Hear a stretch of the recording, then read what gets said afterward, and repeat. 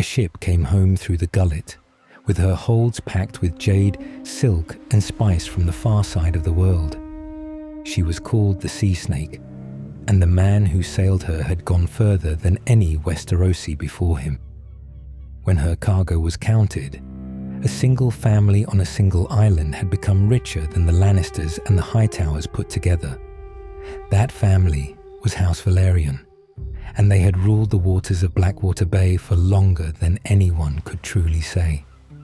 By their own accounting, they came to Westeros from Valyria before House Targaryen ever did. They were the oldest, truest allies the dragons ever had, the ships beneath the wings. They gave the Dragon Kings a queen, a regent, the richest man alive, and the greatest sailors in the history of the world. And again, when crowns were handed out, they were passed over. This is the story of a house that gave everything to the Dragon Crown and never got anything in return. The sea made them. The dragons broke them. To understand how the sea could make a house and the dragons break it, you have to begin with the island itself. Its name is Driftmark, and it is the largest island in Blackwater Bay. It sits low and green in the water off the coast, close enough to Dragonstone that on a clear day, the two can see each other across the waves. It has no great mountains, no famous forests, no gold beneath its soil. What it has is position.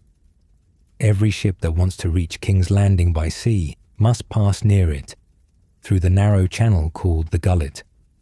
Whoever holds Driftmark holds a hand on the throat of the capital's trade. For thousands of years that hand has belonged to House Velaryon. Their seat is an ancient castle worn smooth by salt and wind, and inside it stands the thing the whole house is built around, the driftwood throne. It is a seat carved from driftwood, shaped over ages into the likeness of the sea itself.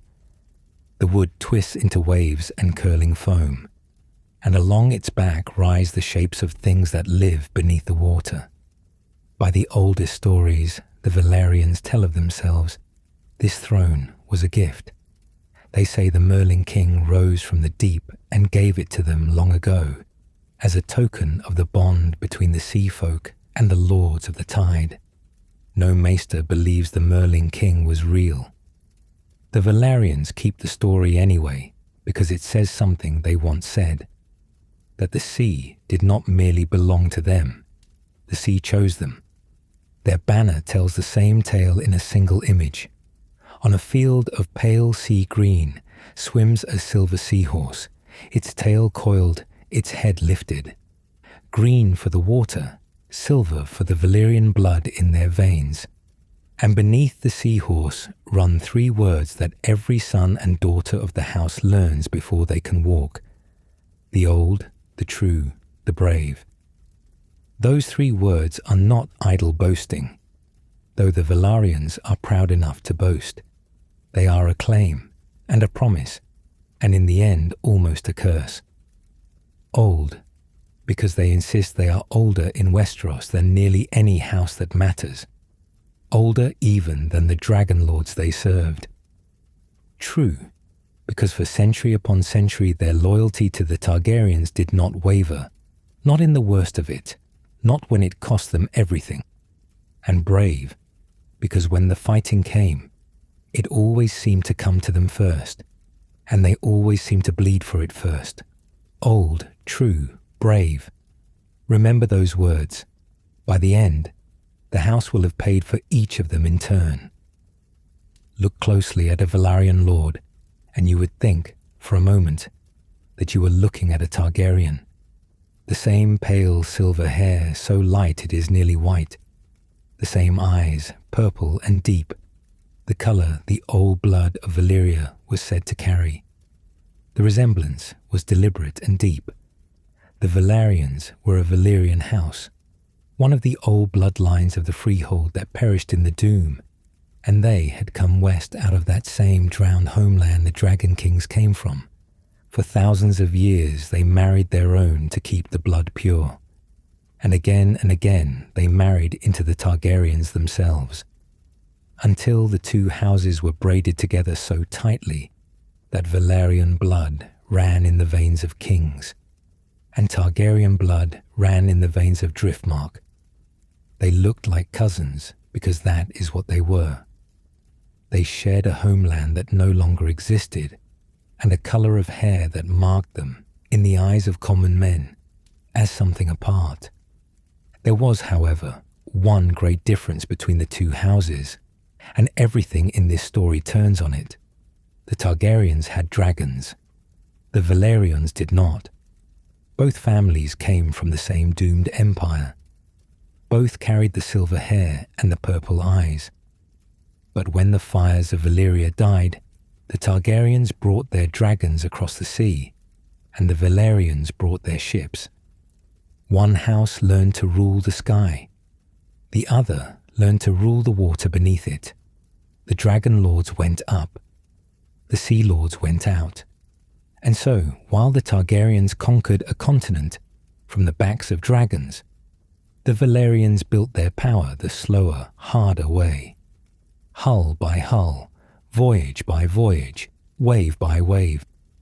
They made themselves the finest sailors in all of Westeros, and in time, the finest in all the world.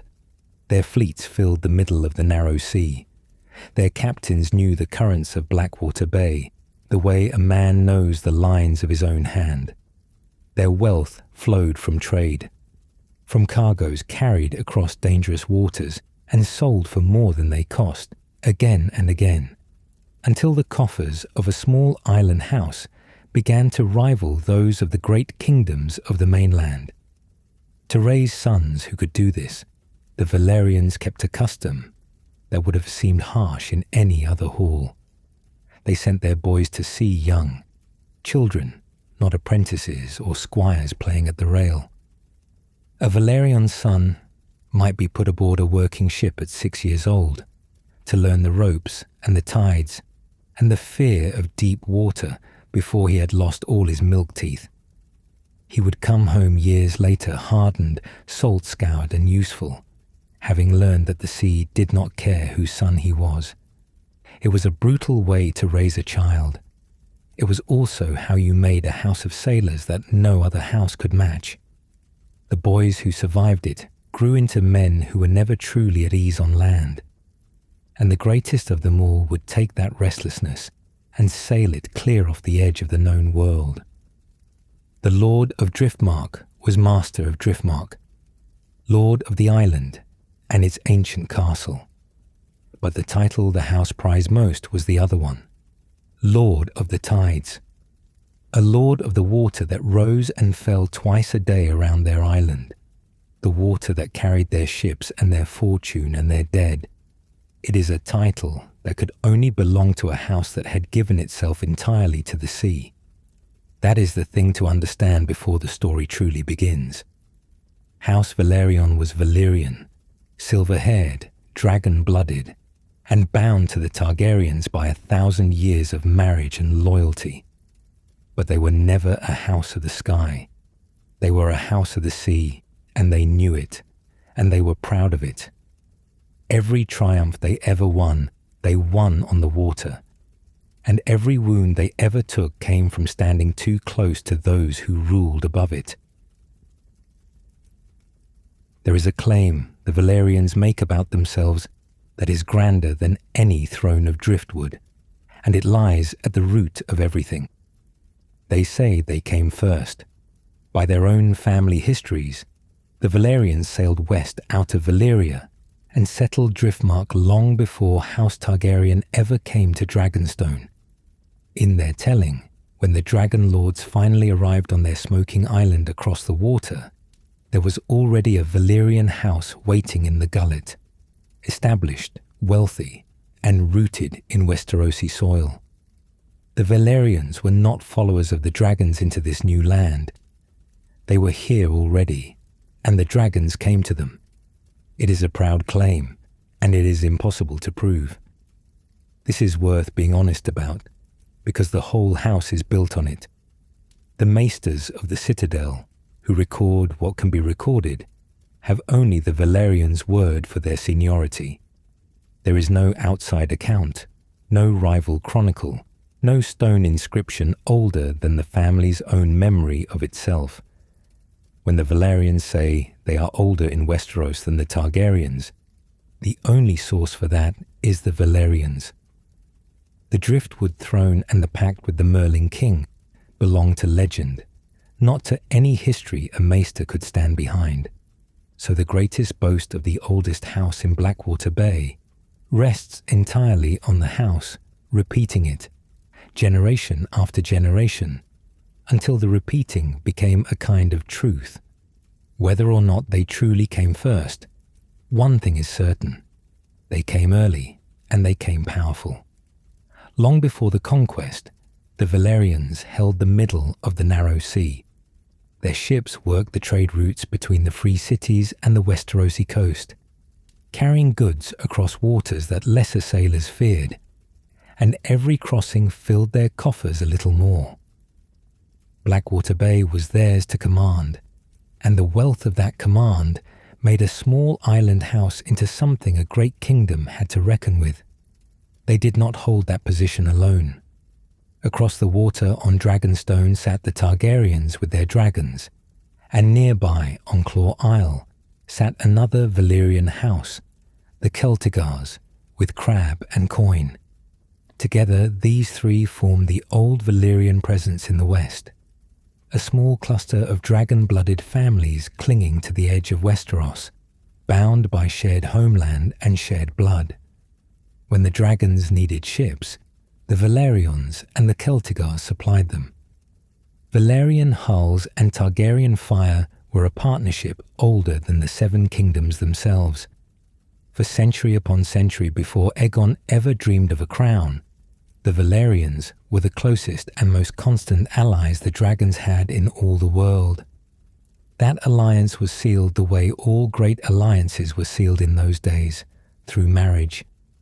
The silver houses wed their sons and daughters back and forth across the narrow water until the bloodlines could barely be told apart.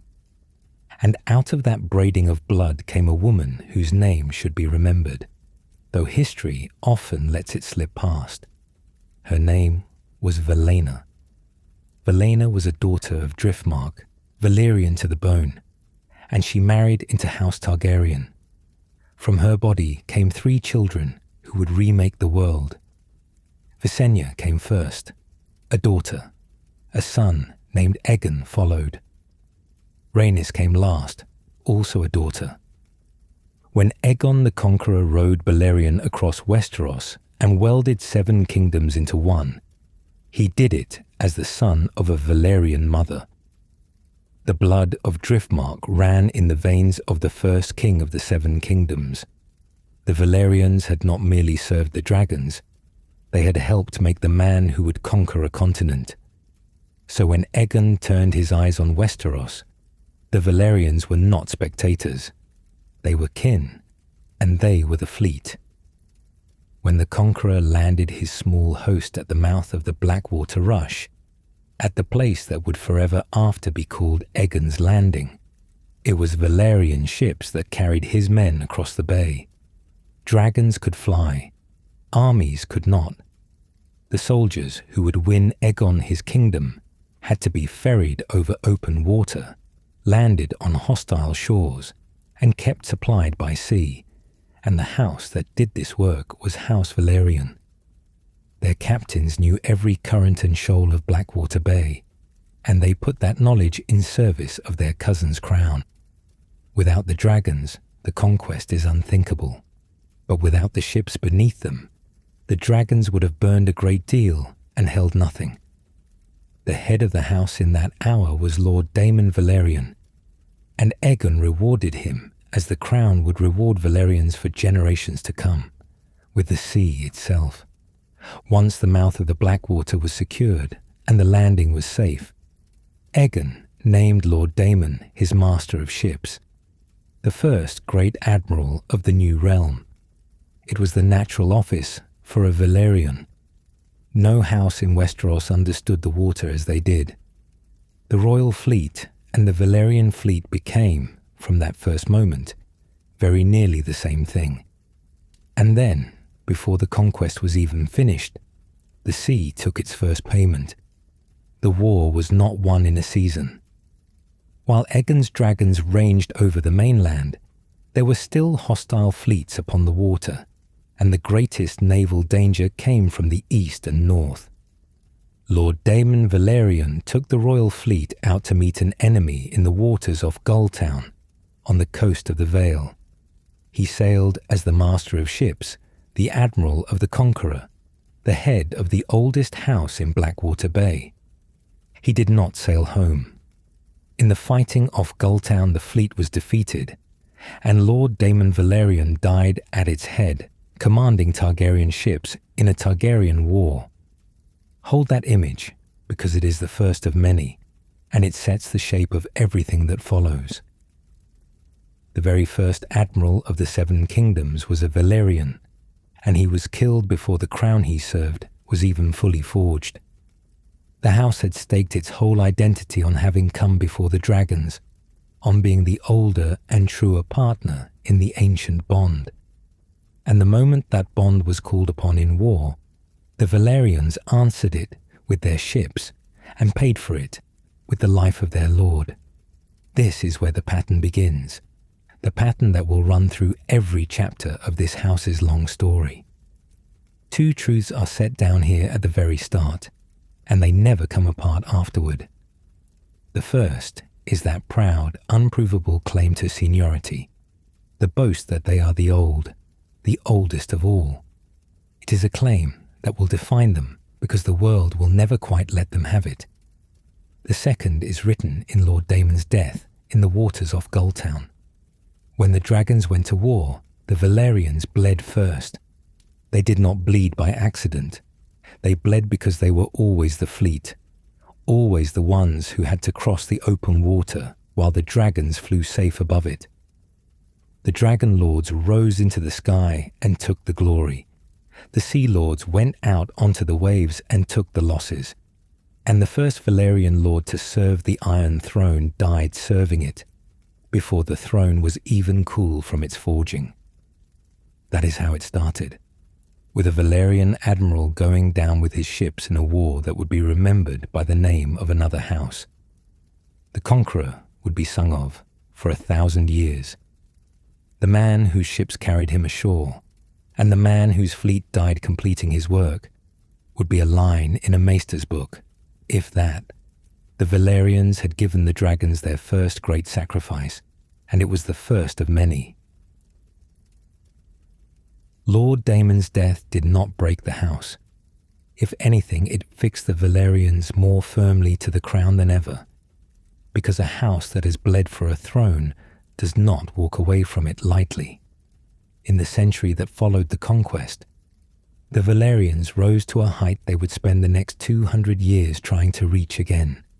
This was their golden age upon the water. The office that Lord Daemon died holding did not leave the family with him.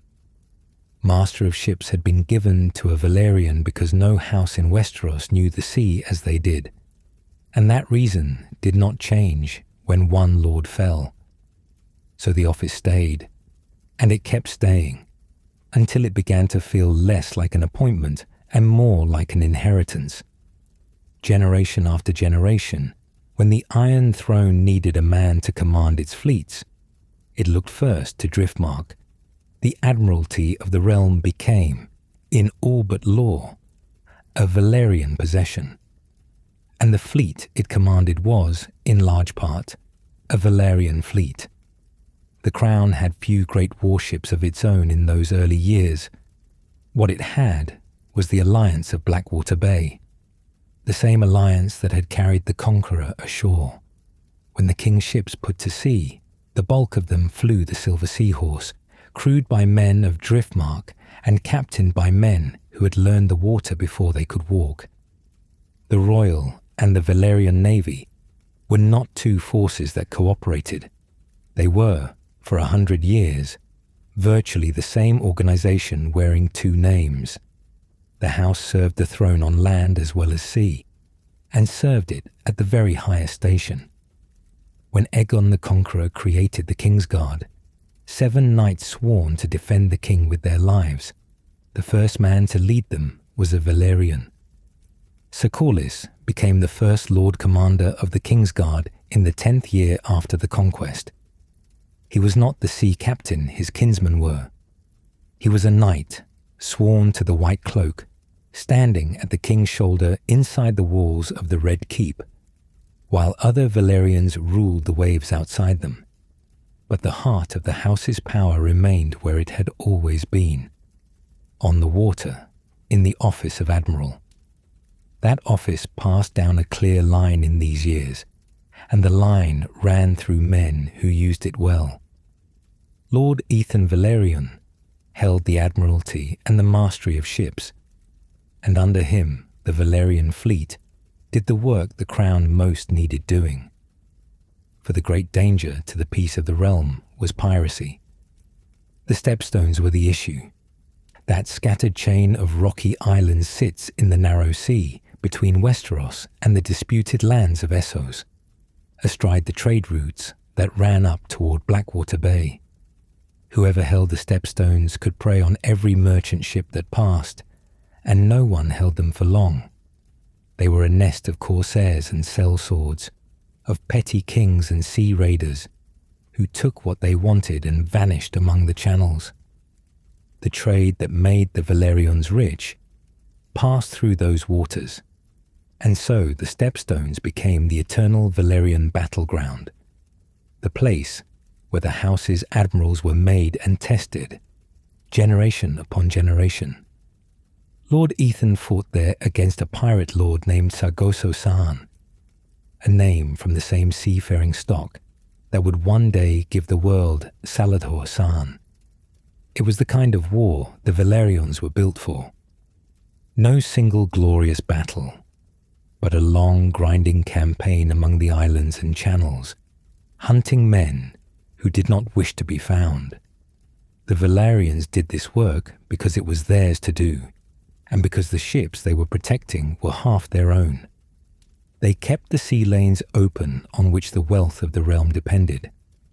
When Ethan's time was done, the office did what it always did.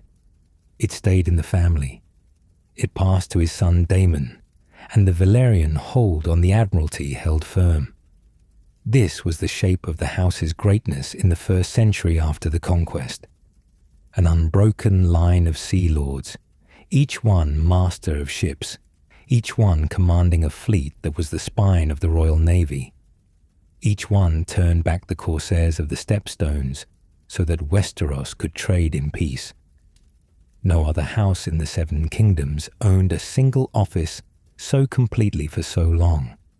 What the Velaryons possessed in this 1st century was security for their house.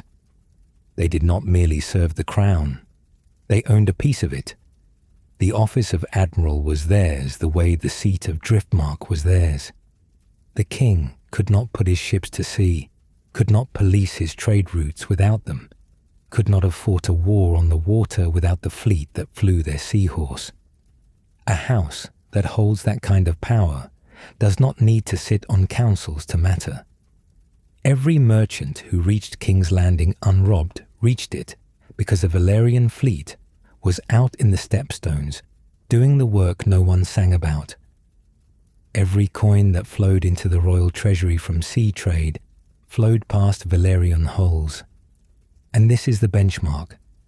Everything that comes after, every grievance, every slight, every long, slow decline, is measured against this 1st century, when a Velaryon was Lord Commander of the Kingsguard, and a Velaryon was Master of Ships, and the Royal Navy answered to Driftmark. When the house falls from favour in the years to come, this is the greatness it will remember having lost. The Velaryons of the later ages will always carry that memory of greatness, and they will spend 2 centuries reaching back toward it. They had earned it honestly. They earned it in the waters off Gulltown, where their first admiral died. And they earned it again in every campaign against the pirates of the Stepstones, in every crossing kept safe. In every year the office passed from father to son, without the crown ever thinking to give it elsewhere. This was the reward for the first sacrifice, and for 100 years it looked as though loyalty to the dragons truly did pay. The house had bled for the crown, and the crown had made it the master of the sea. But the sea was only half of what a great house could want.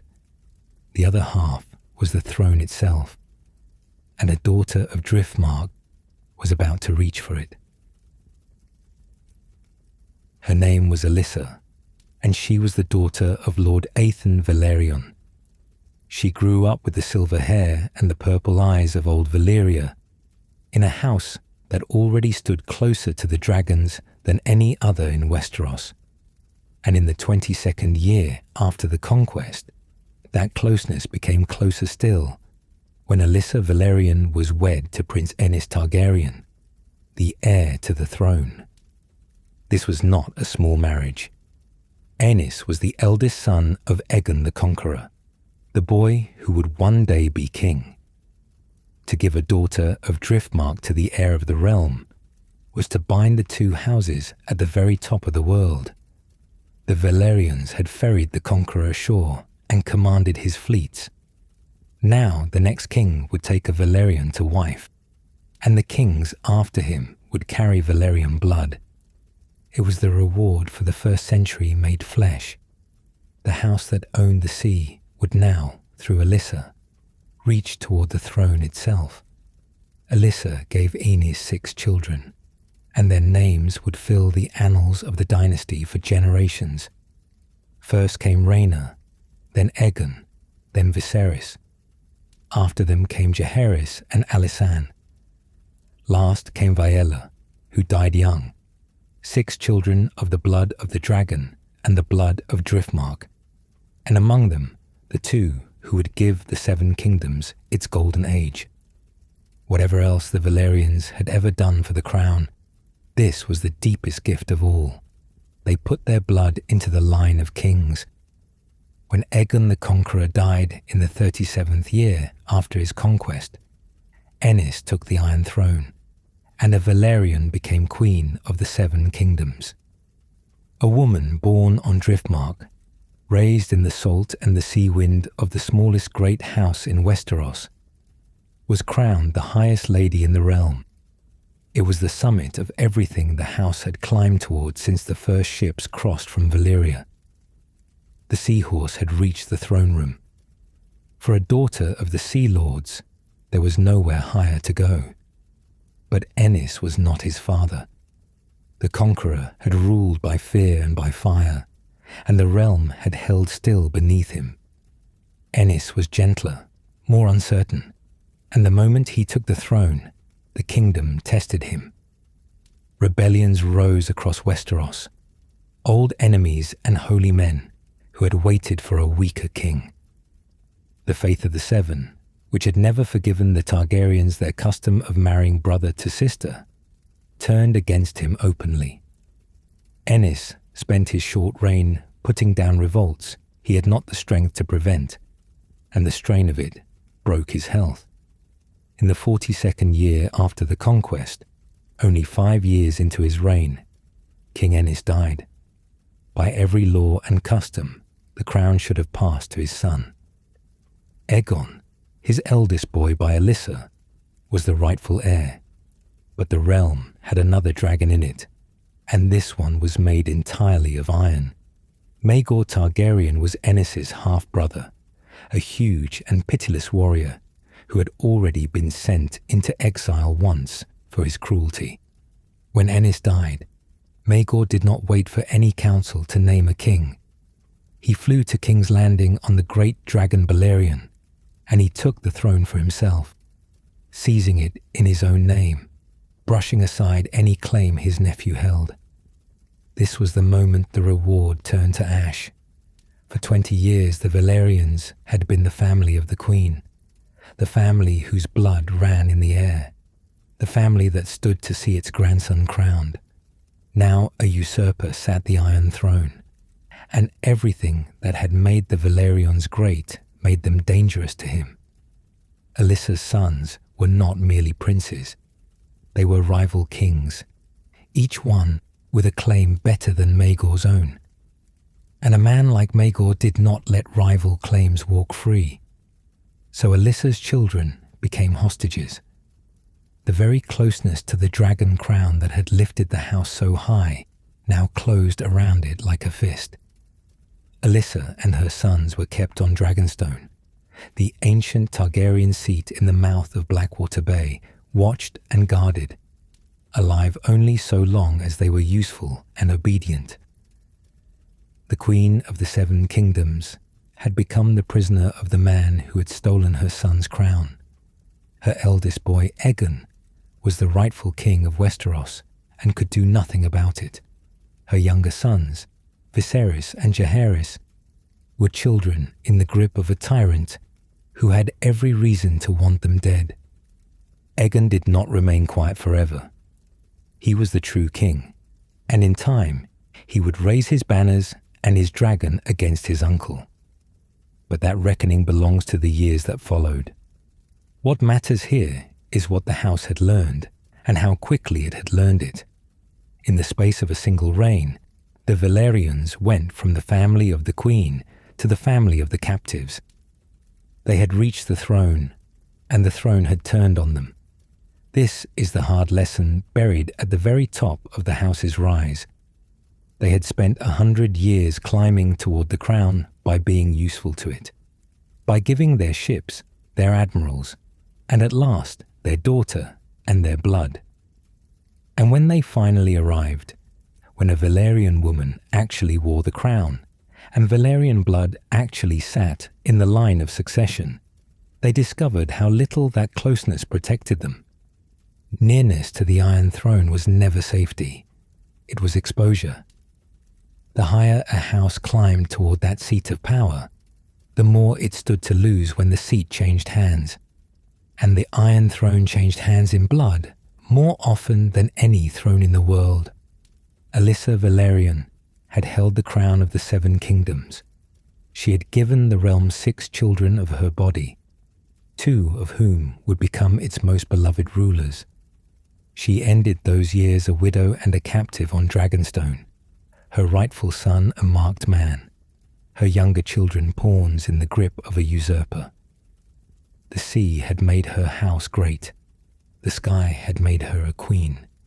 But the sky was where the dragons flew, and the dragons answered to whoever was ruthless enough to command them.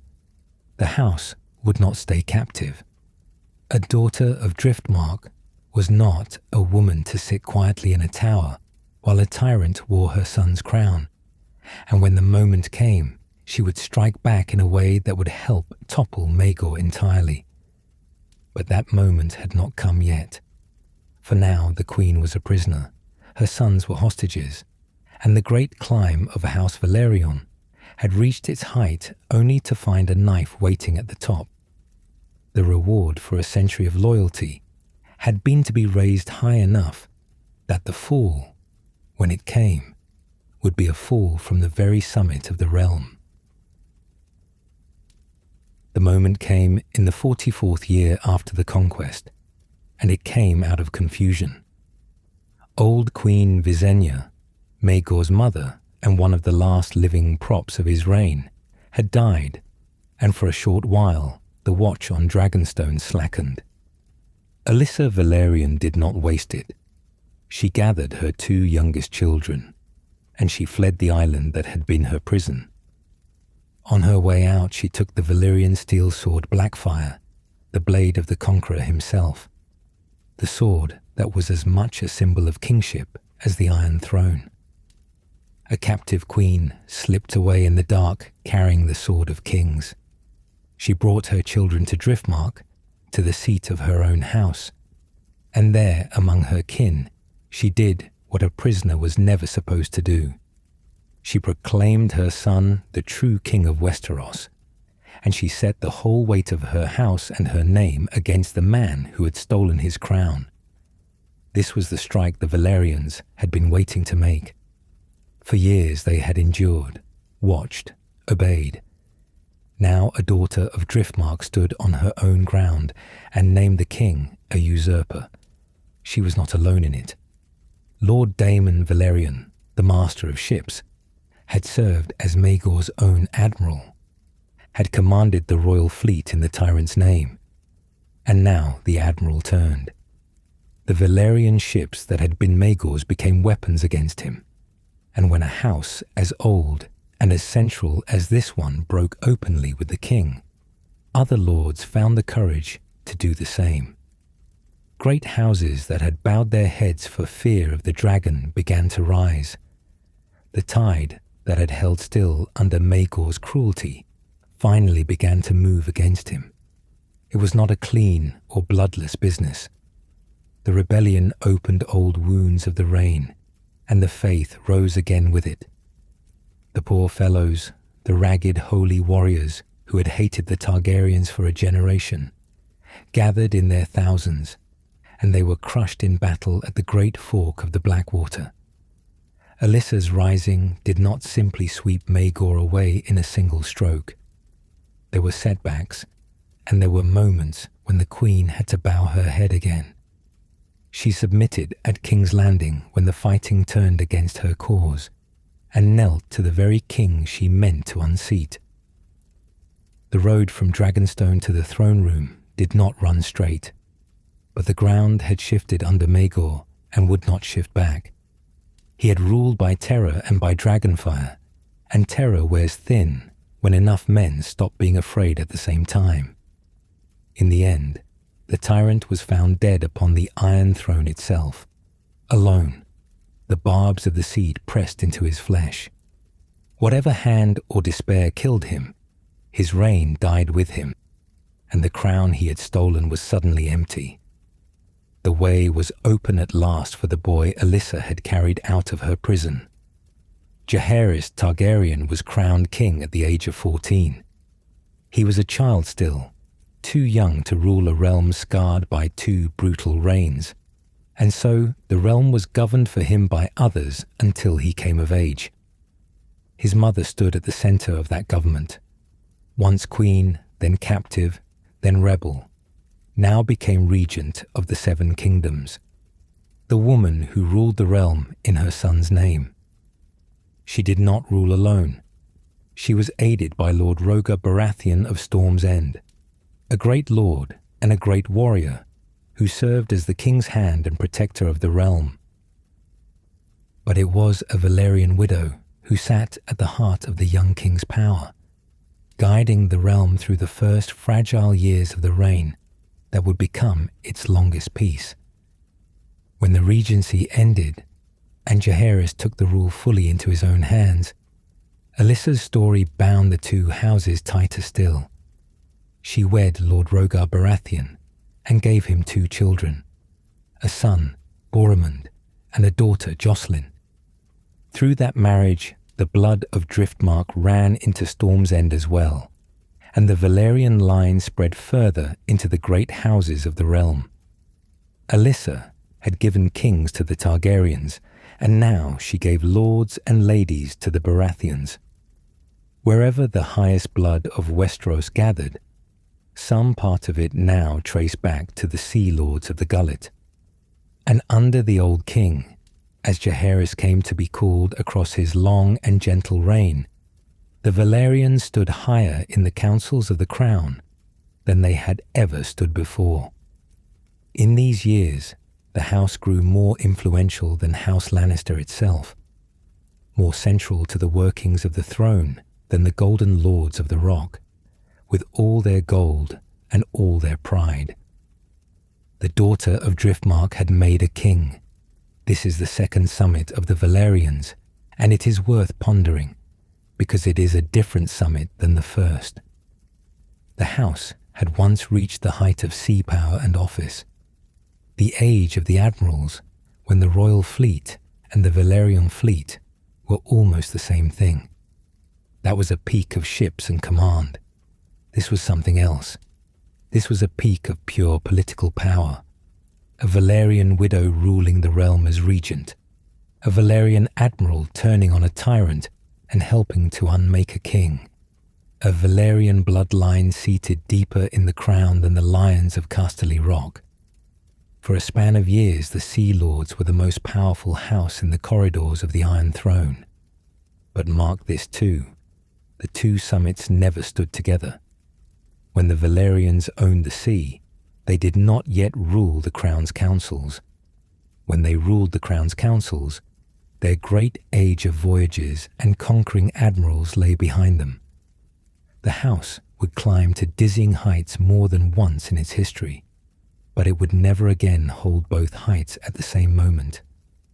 Sea power and political power were two separate summits, and House Velaryon would spend the rest of its long life reaching first for one and then the other, and never quite closing its hands around both. The Velaryons had gone from captives on Dragonstone to the makers and guardians of the king who would give Westeros its golden age. In the long peace that followed, when the realm settled into decades of quiet under the old king, the House of the Seahorse would produce the man who would carry its name further across the world than any before or since. The man who would make Driftmark, for a time, the richest place in all of Westeros. He was born in the 53rd year after the conquest, and he was named for a dead man of legend. The first, Corlys Velaryon, had been the very first Lord Commander of the Kingsguard, one of the 7 White Knights Aegon the Conqueror gathered to guard his person. To give a newborn that name was to lay a heavy inheritance on him before he could walk. This second Corlys was the grandson of Lord Daemon Velaryon, the admiral who had turned on Maegor, and from the moment of his birth, he belonged to a house that measured its worth in ships and salt water. The custom of Driftmark was to send its sons to the sea young, and Corlys went younger than most. He was 6 years old when he first sailed, a small boy on the deck of a great ship, learning the ropes and the stars and the moods of the water before he had learned much else. The sea was not a place the Velaryons visited. It was something they were made of, and Corlys was made of it more completely than any of them. By 16, he was no longer a boy learning the trade, but a captain in his own right, commanding a ship called the Cod Queen and sailing her where his elders sent him. By the age of 23, he was already spoken of across Westeros as one of the finest mariners the realm had ever produced. Most men, given such early fame, would have been content to sail the safe and profitable routes and grow comfortably rich. Corlys was not most men. There was a restlessness in him that no amount of success could quiet, a need to see what lay past the last known water. And it was this hunger that turned a gifted captain into the greatest seafarer in the history of Westeros. He had built for himself a ship unlike the fat trading cogs of the narrow sea, a swift and beautiful vessel he named the Sea Snake, and on her he set out to go where no Westerosi ship had ever gone, and returned to tell of it. He would make 9 great voyages in his life, and each one carried him further from home. The first took him east past the Jade Gates, through waters that Westerosi captains spoke of only as rumour, all the way to the distant lands of Yi Ti and the island of Leng on the far side of the world. He came home with his holds full of the treasures of the East, silk and spice and jade, goods so rare and so precious in Westeros that a single voyage doubled the wealth of his house. No Velaryon before him had reached so far, and no one who saw those cargoes come ashore could doubt what this young lord's ambition was worth. The second voyage carried him further still, all the way to Ashai by the Shadow, the black city at the edge of the map that most men believed was a story told to frighten children.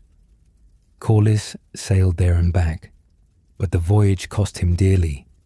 He lost half his crew on that journey, and he lost the woman he loved, and the sea that gave him such riches took from him things that riches could not replace. Yet even on that grim voyage, there was a glimpse of legend. Somewhere in those far waters he sighted the Sun Chaser, the ship of the Lady Alyssa Farman, who had stolen dragon eggs from Dragonstone and sailed west into the Sunset Sea to find new lands of her own. Two great Westerosi voyagers, each chasing the edge of the world, crossed paths for a moment in the vastness and then were parted again. The third voyage bent his course toward the frozen north of the world, through the dangerous scatter of rocks and reefs called the Thousand Islands, and on to the cold and forbidding ports of Nefer and Mossovi. These were lands of shadowbinders and beast hunters that no Westerosi lord had any business knowing. Corlys knew them. He walked their harbours and traded in their markets and came home again, adding their strange goods to the growing legend of his name. Voyage after voyage, the map of the known world grew larger because one man from a small island in Blackwater Bay refused to believe that any water was beyond his reach. The greatest prize of all came on his 9th and final voyage. Somewhere in his long wandering Corlys had gained a fortune in gold, and with it he did something no cautious merchant would ever have dared. In the great trading city of Karth, he spent that gold on 20 ships, a whole fleet bought at a stroke, and loaded them for the long and perilous run home. It was a gamble on a scale that could ruin a house, and the sea punished him for it. He lost ships, and he lost cargo. Of the 20 ships he had bought in Karth, only 14 came home. But those 14 ships came home so laden with wealth that the losses hardly mattered. What Corlys Velaryon brought back to Driftmark from that last voyage was a fortune beyond the reckoning of most lords in the Seven Kingdoms. It was the accumulated plunder of a lifetime spent sailing to the corners of the earth and daring the water to stop him. The boy had become, by the end of his voyaging, the man who had seen more of the world than anyone else alive in Westeros, and had turned all that seeing into gold. They gave him a name for it, the name that would outlive every title he ever held.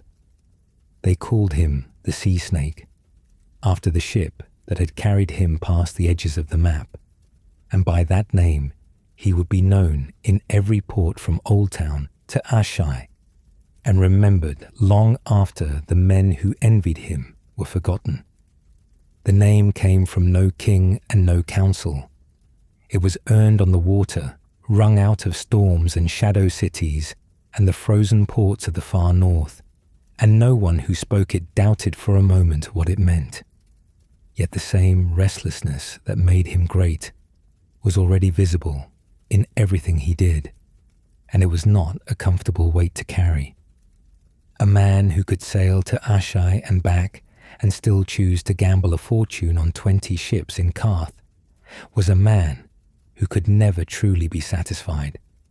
The hunger that drove him past every horizon was the deepest truth of his nature, and it never left him. It drove him to every triumph of his long life and into every grief. The world had never seen a Velaryon so bold, and it would pay for that boldness in glory and in blood alike. For now, though, the Sea Snake had done what no one else in his house had ever done. He had taken the oldest identity of the Velaryons, the sea, the ships, the salt in the blood, and he had carried it further than the founders of Driftmark could have dreamed. He had made himself the most famous mariner in the world, and he had brought home riches that would soon make his small island the envy of far greater houses. One restless man had reached out across the whole width of the earth and pulled its treasures back to a damp and crowded castle in Blackwater Bay. And what he would build with those treasures was about to change the shape of the realm itself. When his grandsire Lord Daemon died at last, the seat of Driftmark passed to Corlys, and the man who had already conquered every sea in the world became Lord of the Tides and master of Driftmark. He was no longer only the most famous captain alive.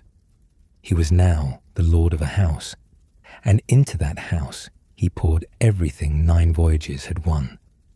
The scale of it was hard for other lords to grasp. For centuries, the 2 richest houses in the 7 kingdoms had been House Lannister of Casterly Rock, whose gold came from beneath their castle, and House Hightower of Oldtown, whose wealth came from the greatest port in the realm. These were the great fortunes of Westeros, measured in mines and taxed harbours and generations of careful hoarding. Corlys Velaryon surpassed them both.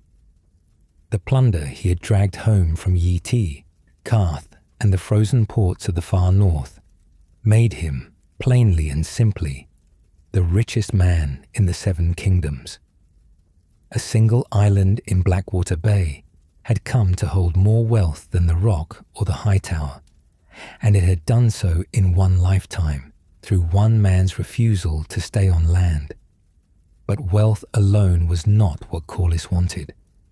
The ancient seat of his house was a problem he had felt his whole life. Driftmark's old castle was damp and dark and cramped, a stronghold built for a smaller, poorer age, and it was no fit home for the fortune he had won, or the dignity he believed his house deserved. It housed the Driftwood throne, the seat said to be a gift of the Merling King himself, the oldest treasure the Velaryons owned, and it housed it in gloom. Corlys had seen the great castles of the realm and the shining cities of the east, and he meant Driftmark to stand among them at last. So he built. On a small tidal island off the coast of Driftmark, he raised a new seat, and he called it High Tide. It was unlike anything his house had ever possessed. Where the old castle was dark stone, High Tide was pale and gleaming, raised of white stone so bright it recalled the towers of the Eyrie far away in the mountains of the Vale. Its rooftops were sheathed so that they shone like silver in the sun, catching the light off the water all around them. To a sailor coming in from the sea, the whole hall seemed to glimmer above the waves, like something out of a song. The island it stood on was cut off by the water twice a day, so that at high tide, the castle became an island of its own, reachable only across a causeway the sea revealed and hid by turns. Into this bright new hall, Corlys moved the driftwood throne, taking the oldest treasure of his house out of the damp and setting it in a seat worthy of a king. High Tide was the monument of his ambition made solid. It said, to anyone who looked at it, that the Velaryons were no longer a minor house of ships and salt, content to serve greater men. It said they were the equals of anyone in the realm, and that the sea had made them so. And the building did not stop at his own hall. The wealth Corlys had brought home did not sit idle in a vault. It flowed outward and made things grow. On Driftmark, 2 towns swelled into life on the tide of his fortune. One was Hull, the shipyard town where Velaryon vessels were built and repaired, its yards busy with the timber and rope and canvas that a great fleet demanded. The other was Spicetown, and its very name told the story of what had made it. It rose to handle the trade Corlys had opened to the east, the silk and spice and jade and all the rare goods of the far side of the world, and merchants came to it from across the narrow sea to buy what no other port in Westeros could offer. These towns did something that did not go unnoticed at court. They began to draw trade away from King's Landing itself. Ships that might have sailed up the Blackwater to the King's own harbour found it easier and more profitable to put in at Spicetown, where the eastern goods came ashore first, and the Velaryon fleet ruled the water.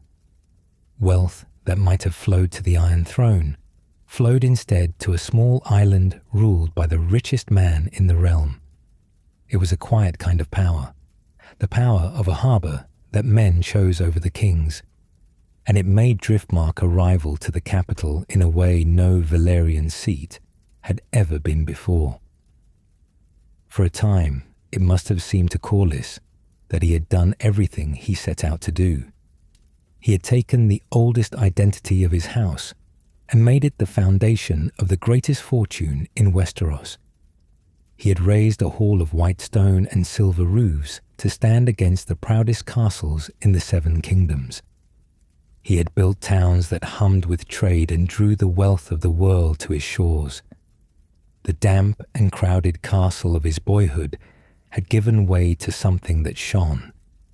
The boy from the deck of the Cod Queen now looked out over an island that had become, by his own hand, the equal of any seat in the realm.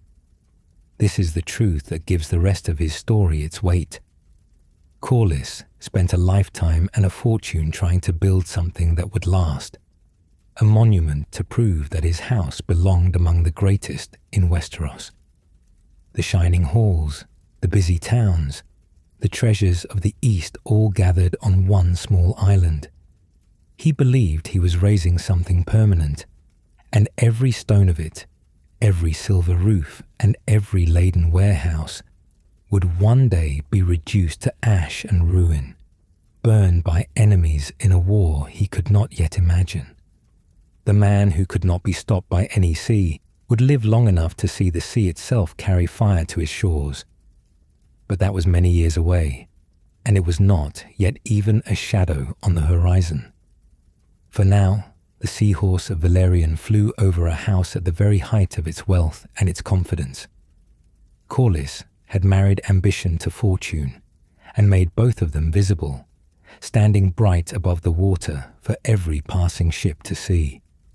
He was lord of the tides, master of Driftmark, the richest man in the Seven Kingdoms, and the most famous mariner the world had ever known. There was only one thing such a house still lacked, one prize that wealth alone could not buy, and voyages could not reach. The prize was blood, the blood of the dragon, and a marriage that would bind Driftmark back to the crown at the very highest level. And that prize Corlys meant to have as well. The marriage came in the year 90 after the conquest, and it was everything Corlys had wanted. His bride was Princess Rhaenys Targaryen, and there was no higher blood in the realm than hers. She was the daughter of Prince Aemon, the eldest son of Jaehaerys the Old King, and Aemon was the heir to the Iron Throne. That made Rhaenys the granddaughter of the reigning king, and, through her father, standing very near the throne itself. She was 16 years old when she wed Corlys, and she came to Driftmark carrying the dragon's blood in its purest form. For Corlys, this was the last piece of the thing he had spent his life assembling. He had the fortune, the fleet, the shining hall, the towns humming with trade. Now he had the blood too. His house had been bound to the Targaryens before, generations back, but this was a binding at the very top, a marriage into the direct line of succession. If Aemon became king after Jaehaerys, and if Aemon's line held the throne after him, then Corlys Velaryon had married the aunt of future kings. His own children would be grandchildren of a man who would one day rule the Seven Kingdoms.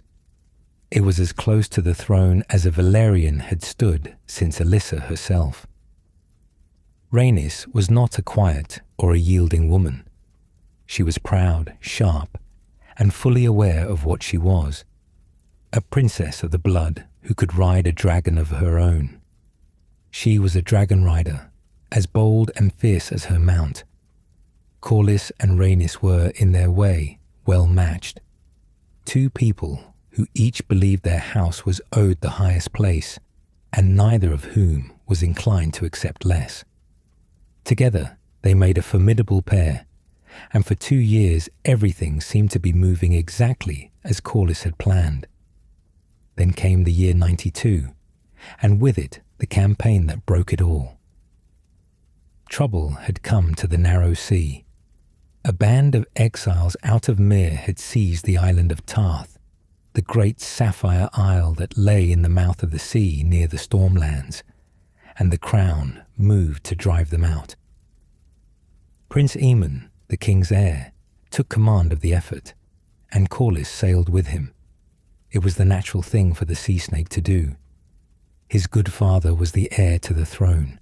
The fighting was on the water where the Velaryons were strongest, and there was honor and favor to be won in serving the future king in the field. Corlys brought his fleet, and the two men set out to take Tarth back. At the very moment the campaign began, Rhaenys gave the family its best news. She announced that she was with child. The line was continuing. If it was a son, that son would carry both the blood of the dragon and the wealth of the tides, standing near the throne with a claim that no house in Westeros could match. Corlys sailed to war, knowing that his house was about to reach higher than it ever had. He came home to ruin. The fighting on Tarth did not go as anyone had planned. In the course of the campaign, an arrow found Prince Aemon Targaryen, and the heir to the Iron Throne was killed. In a single moment, the whole shape of the succession changed. The man who was to have been king was dead, and he had left no son, only his daughter Rhaenys and the child she was still carrying.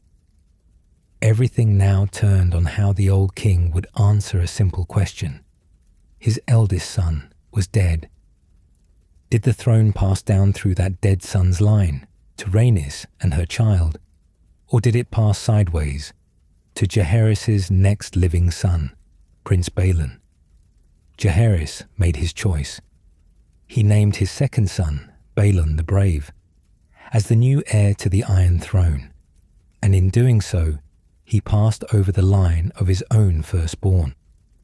He passed over Rhaenys, a woman grown, a dragon rider, the daughter of the man who should have been king, and he passed over the child in her belly, unborn and unseen, a child who might well be a boy, a child of the dragon and the tides both. The crown chose the male line over the female, the living son over the dead son's daughter. It did so without waiting to learn whether Rhaenys would bear a boy or a girl. The choice was made on principle, and the principle was that a woman did not come before a man. For Corlys, this was a wound of a kind he had never felt before. He had given the crown everything.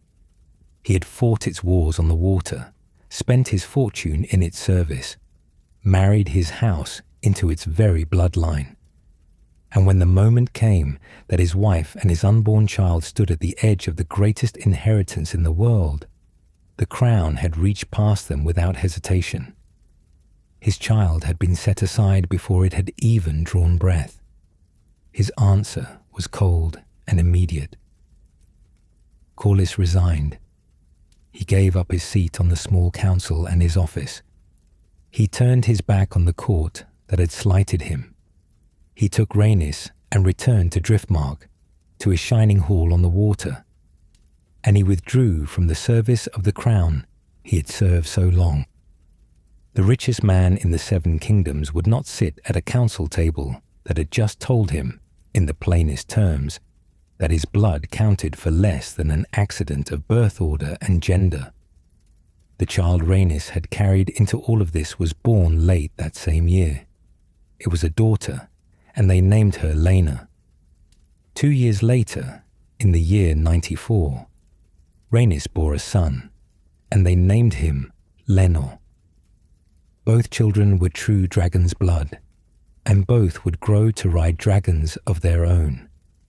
In time, they would be the hope of the Velaryon house, the vessels through which Corlys would try again and again to bring his line back to the throne.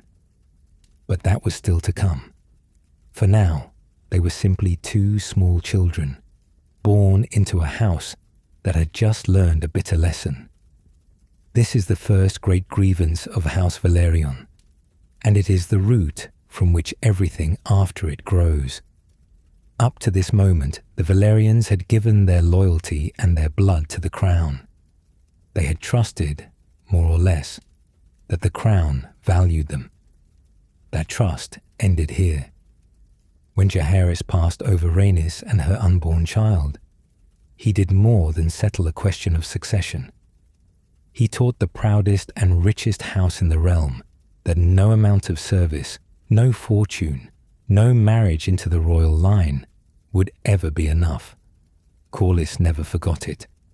The slight settled into him and hardened, and it shaped every choice he made for the rest of his long life. The men who made that decision meant it as a matter of law and custom, nothing personal, only the ordinary preference of a son over a daughter. But to Corlys, it was the crown, looking at his house and finding it wanting, and he carried that judgment home to Driftmark and nursed it there. It would not stay a private grief. It would surface again at Harrenhal, when another great question of succession came before the realm, and it would surface again in the war that tore the dragons apart. The wound had barely begun to heal when the whole question tore open again. Prince Balon the Brave, the man Jaehaerys had raised above Rhaenys, held the place of heir for less than a decade. In the year 101 after the conquest, Balon died, suddenly and without warning. Once more, the Iron Throne stood without a clear successor. For Corlys, this was an opening. His son Laenor was alive and growing, a boy of the dragon's blood and the tides both, and Laena's claim ran straight back through Rhaenys to Prince Aemon, the eldest son of the old king. By the oldest logic of inheritance, the logic that followed the senior line before all others, Laena stood very near the front of the succession. Corlys meant to press it. He began to gather ships and men, quietly making it known that the might of Driftmark stood behind his son's rights. The richest house in the realm was preparing to argue its case with more than words. The old king chose a different path. Rather than name an heir himself and risk a war over it, he summoned the lords of the realm to a great council, the first of its kind, to be held at Harrenhal in the year 101. It was the largest gathering of the age. Hundreds of lords and their retainers came, filling the vast ruined castle and the fields around it, and among them came the great claimants and their champions. The realm would decide the succession by the voices of its lords, and the decision would bind. Two claims stood above the rest. The first was Laena Velaryon, 7 years old, grandson of Prince Aemon, through his mother Rhaenys. His right came down through the senior line, the line of the king's dead eldest son, and by strict descent that line came first. The second was Prince Viserys Targaryen, 24, the elder son of Balon the Brave. His claim came through the male line and through nearness to the old king, for Viserys was Jaehaerys' grandson by a son, not a great-grandson by a daughter. Viserys had also once ridden Balerion, the greatest dragon of the age, before the old beast died, and he was a grown man, mild and well-liked, where Laena was a child. Corlys and Rhaenys threw everything they had into the fight. They spent their wealth freely, feasting and courting the lords whose voices would decide, pressing Laenor's claim with all the influence that the richest house in Westeros could bring. But the argument they were making was a hard one to win. The lords of Westeros did not like the idea of a 7-year-old on the throne, and they liked even less the memory of what had already been settled once. To crown Laena was to say that the female line came before the male, that Rhaenys should have been queen, and her son should be king. The realm had heard that question before and answered it, and it was in no mood to answer differently now. When the voices were counted, it was not close. The lords chose Viserys, and the tally was said to have run something near 20-1 against the boy from Driftmark. The male line had triumphed again, and by a margin so wide that there could be no talk of a stolen crown. Viserys Targaryen would be the next king. This was the second time in a single decade that the throne had passed the Velaryons by, and it cut in the same place as the first. Once the crown had set aside Rhaenys and her unborn child. Now it had set aside her living son, weighed against a Targaryen prince and found wanting by the whole assembled realm. The principle was the same principle, and to Corlys, the lesson was the same lesson. His blood was not enough, his fortune was not enough. Even the united wealth of Driftmark, spent openly to buy a crown, could not move the lords of Westeros to prefer a Velaryon boy over a Targaryen man. He might have swallowed even that in time, as the ordinary working of law and custom. But the crown was not finished slighting his house, and the next blow came over a marriage. In the year 105, King Viserys lost his wife. Queen Aemma of House Arryn had laboured to give him a son and died of it, and the child died with her. The king was a widower, and he would need to wed again. When his council turned to the question of a new queen, the Grand Maester put forward a name that made perfect sense. Let the king wed Laena Velaryon, the daughter of Corlys and Rhaenys, a girl of 12 with the purest dragon's blood in the realm outside the royal house itself. Such a match would heal the breach that the Great Council had opened. It would bind the wounded house of Driftmark back to the throne and knit the two greatest streams of Valyrian blood together again. To many, it seemed the obvious choice. Viserys chose otherwise. He had already set his heart elsewhere, on Alicent, the young daughter of his hand, Sir Otto Hightower. She was clever and gentle and much in his company, and it was her he wanted. When the king announced his betrothal, it was to Alicent Hightower, not to Laena Velaryon. Once again, a Velaryon of the highest blood had been offered to the crown, and once again the crown had reached for someone else. For Corlys and Rhaenys, this was the third slight, and it was the one that made the pattern undeniable. The throne had passed over Rhaenys, the realm had passed over Laenor, and now the king himself, offered the perfect chance to make peace with Driftmark, had passed over Laena and taken a Hightower instead. The Velaryons did not pretend the wound away. When Viserys wed Alicent in the year 106, the sea snake and his wife stayed away. They shunned the wedding of the king, and everyone at court understood exactly what their absence meant. This is how the proudest house in the realm was turned against the crown it had helped to build. 3 insults arrived inside a single decade, each sharper than the last, each landing on a house already sure it deserved better. A woman passed over for a throne. Her son passed over by the whole assembled realm. Her daughter passed over for a queen's crown that was nearly hers. Any one of these the Velaryons might have carried, as houses carried such disappointments in every generation. Together they hardened into something colder than grievance. They convinced Corlys Velaryon once and for all that no measure of loyalty or wealth or blood would ever earn his house its due from the Iron Throne, and that if the Velaryons were ever to have the place they believed was theirs, they would have to seize it rather than wait to be given it. That conviction did not stay penned up on Driftmark. It went looking for an ally who felt the same fury at the same court, a man of the royal blood who had also been passed over and pushed aside. It found one soon enough, in a restless, dangerous prince named Daemon Targaryen, and the meeting of those two resentments would set the narrow sea aflame. Daemon Targaryen was the younger brother of the king, and he had spent his whole life being handed things and then having them taken away again. He had been given commands and stripped of them, given the city watch, and then the promise of more, only to watch Viserys favor gentler, safer men.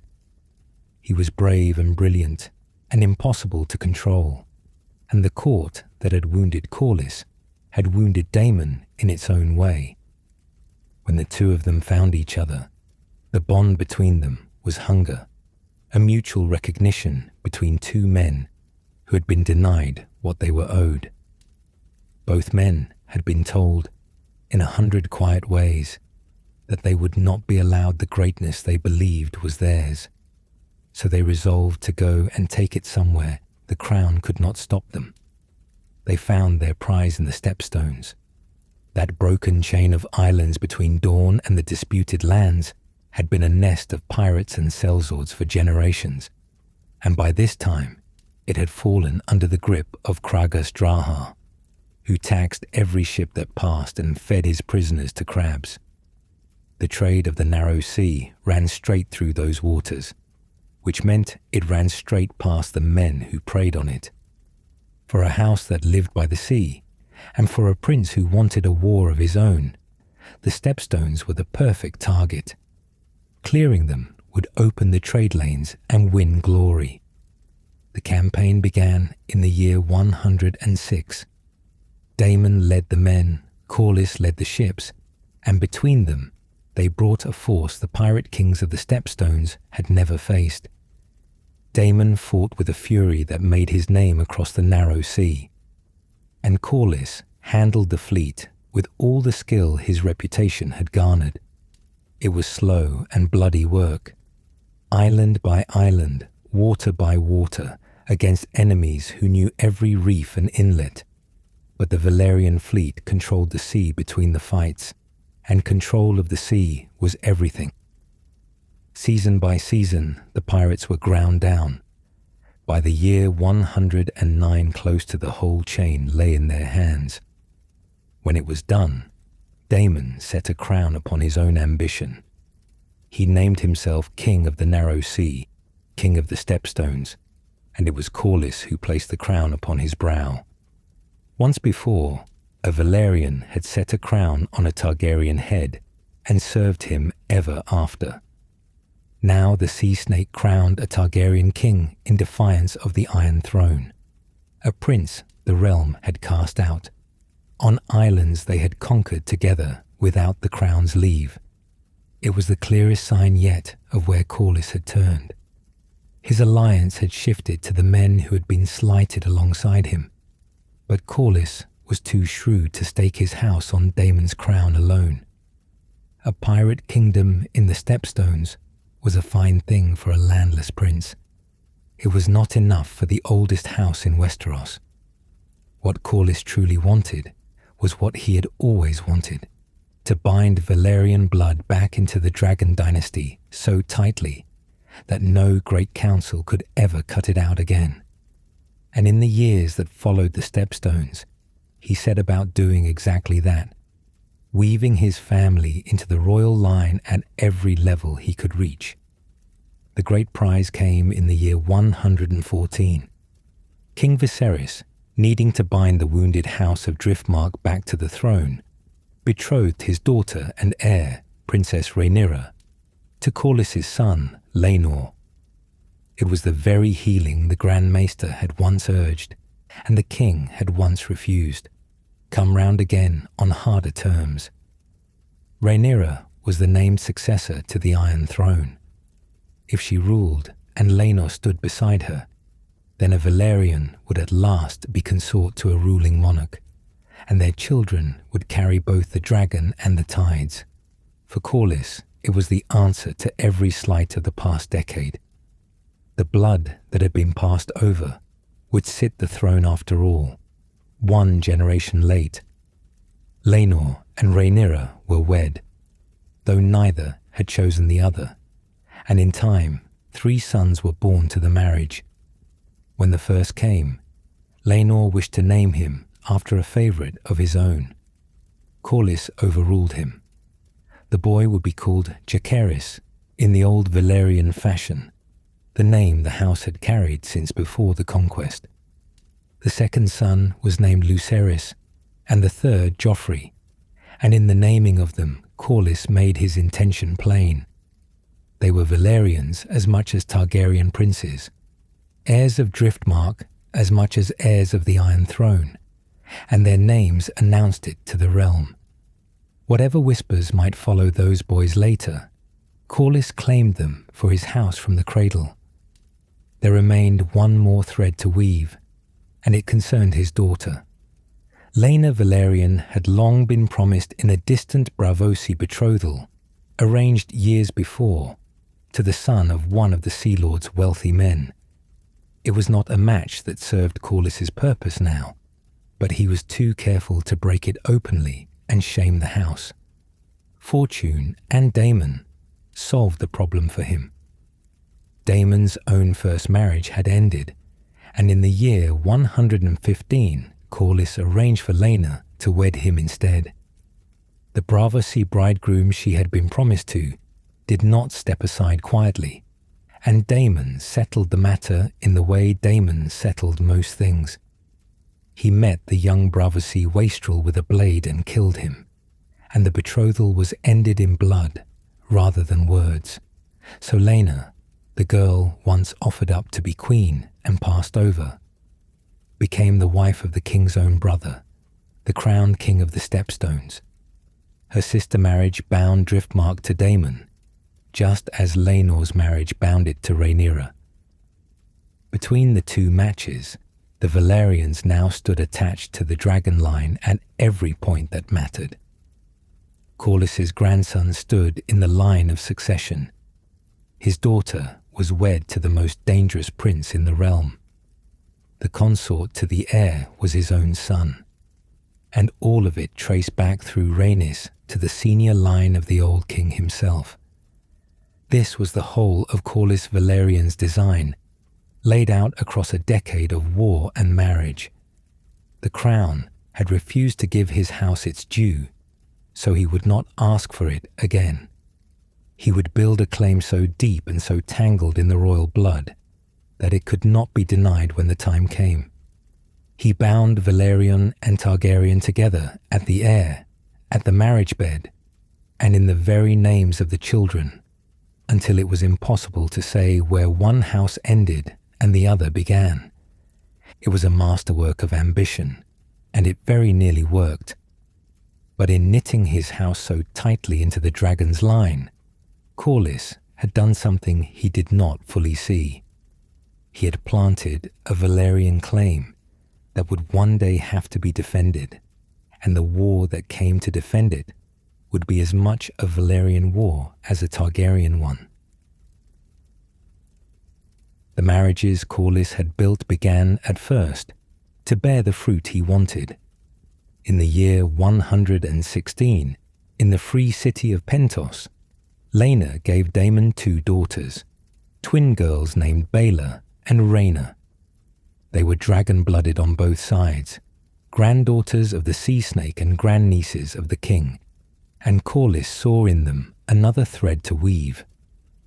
2 years later, the twins were betrothed to Rhaenyra's sons. The Velaryon grandchildren of one marriage were promised to the Velaryon grandchildren of the other. On paper, the design was flawless, but a design on paper is not a family, and the family Corlys had made was more troubled than he could have anticipated. The heart of the trouble was his own son. Laenor was, by every account, a gentle and good-natured man. He was a dragon rider, a decent knight, brave enough when it was asked of him, but he had no interest in women, and he never pretended otherwise. His heart belonged to men, and to one man above all in his youth, a household knight named Joffrey Lonmouth. That attachment ended in blood before the marriage even began. At the tourney held to celebrate Laenor's wedding to Rhaenyra, Sir Criston Cole beat Joffrey Lonmouth so savagely in the lists that he died of his hurts days later. So Laenor came to his marriage bed, having just watched his favourite killed wed to a woman he did not desire, for reasons of state he had not chosen. In time, he took another favorite, a knight called Corey, and he and Rhaenyra reached an understanding that let each of them live as they wished. The difficulty with that arrangement was the succession. Rhaenyra bore 3 sons during her marriage to Laenor, and all 3 of them presented the realm with the same quiet problem. They were strong, healthy boys, but they had brown hair and blunt features, and none of the silver of old Valyria. Laenor was Valyrian to the bone, silver-haired and purple-eyed, as was Rhaenyra. Children of such a pair should have shown it. These did not. And at court there was a man whose looks the boys did resemble a great deal. A big, brown-haired knight named Sir Harwin Strong, called Breakbones, the heir to Harrenhal and one of Rhaenyra's sworn protectors. The whispers wrote themselves. The court did not let the matter rest. Queen Alicent Hightower, who had her own sons and her own reasons to wound Rhaenyra, made the cruelty open. When Rhaenyra bore each new boy, Alicent would remark that the princess should keep trying, and one day she might produce a child who looked like her husband. It was said with a smile, in the way the worst things at court were always said, and everyone understood it. The message was that the sons of Rhaenyra and Laenor were bastards, sons of another man, and had no true right to anything. The names Corlys had so carefully chosen, Jacaerys, Lucerys, Joffrey, the proud old names of Driftmark, now hung over 3 boys the realm half believed were not Valyrians at all. Corlys knew all of this, and he chose the boys anyway. Whatever the truth of their blood, he had claimed them from the cradle, and he would not unclaim them now. They were his heirs, and he stood behind them. But a grandfather's word could not silence a queen's smiles, and the doubt followed the boys wherever they went. Then came the year 120, and in the space of that single year the sea snake, who had conquered every sea in the world, lost both of the children he had made. It began at high tide, in the pale towers Corlys had raised to be his family's glory. Laena had come home to Driftmark heavy with child, carrying Daemon's son. The birth went wrong. The boy was born malformed and did not live, and Laena was left burning with childbed fever, the same fever that had killed so many women of Westeros in their beds. She lingered, and she worsened, and it became plain that she would not recover. Laena Velaryon was a dragon rider, the mistress of Vhagar, the largest and oldest dragon in the world. She did not mean to die weak and abed like an ordinary woman. In her last hours she rose and made her way toward her dragon, meaning to mount Vhagar one final time and die in the sky. She never reached her. Her strength failed her on the tower steps, and she collapsed there, and there she died, within sight of the dragon she could not climb to. She was 27. Before the year was out, he lost his son as well, and this death was uglier because it came from within his own house, not from fever or the sea. Laenor was at a fair in Spicetown, the prosperous town his father's trade had raised, when he quarrelled with his favourite. What lay behind the quarrel, no one ever fully knew. What is known is that the 2 men fought, and Laenor was cut down amid the market crowds. Corlys offered a bounty of 10,000 golden dragons for the man who had killed his son, an immense sum, enough to make any poor man rich for life. It was never claimed. Corey disappeared as completely as if the sea had swallowed him. That completeness was itself suspicious, and it fed a darker story. There were those who said the quarrel and the killing had been arranged, that Corey had been paid to do murder and then spirited away where no bounty could reach him. the fool mushroom, who claimed to know every secret of that court, whispered that the hand behind it was Daemon Targaryen. By this telling, Daemon wished Laenor dead, so that Rhaenyra would be free to marry, and free to marry him. Within a space of 1 year, Corlys Velaryon buried both his children. He was the richest man in the world, and the greatest sailor who had ever lived. None of it had been worth anything against a fever and a knife. He had sailed to Asshai and back, doubled his fortune 9 times over, crowned a king with his own hands, and he could not keep his own son and daughter alive. And now his whole design stood on ground that had never been more uncertain. Every thread he had woven ran through those 2 children, and both were dead. What was left of the future ran through their offspring, and every one of those offspring carried a shadow. Laena's twin daughters were half Targaryen and safe enough in their blood, but they were girls and young.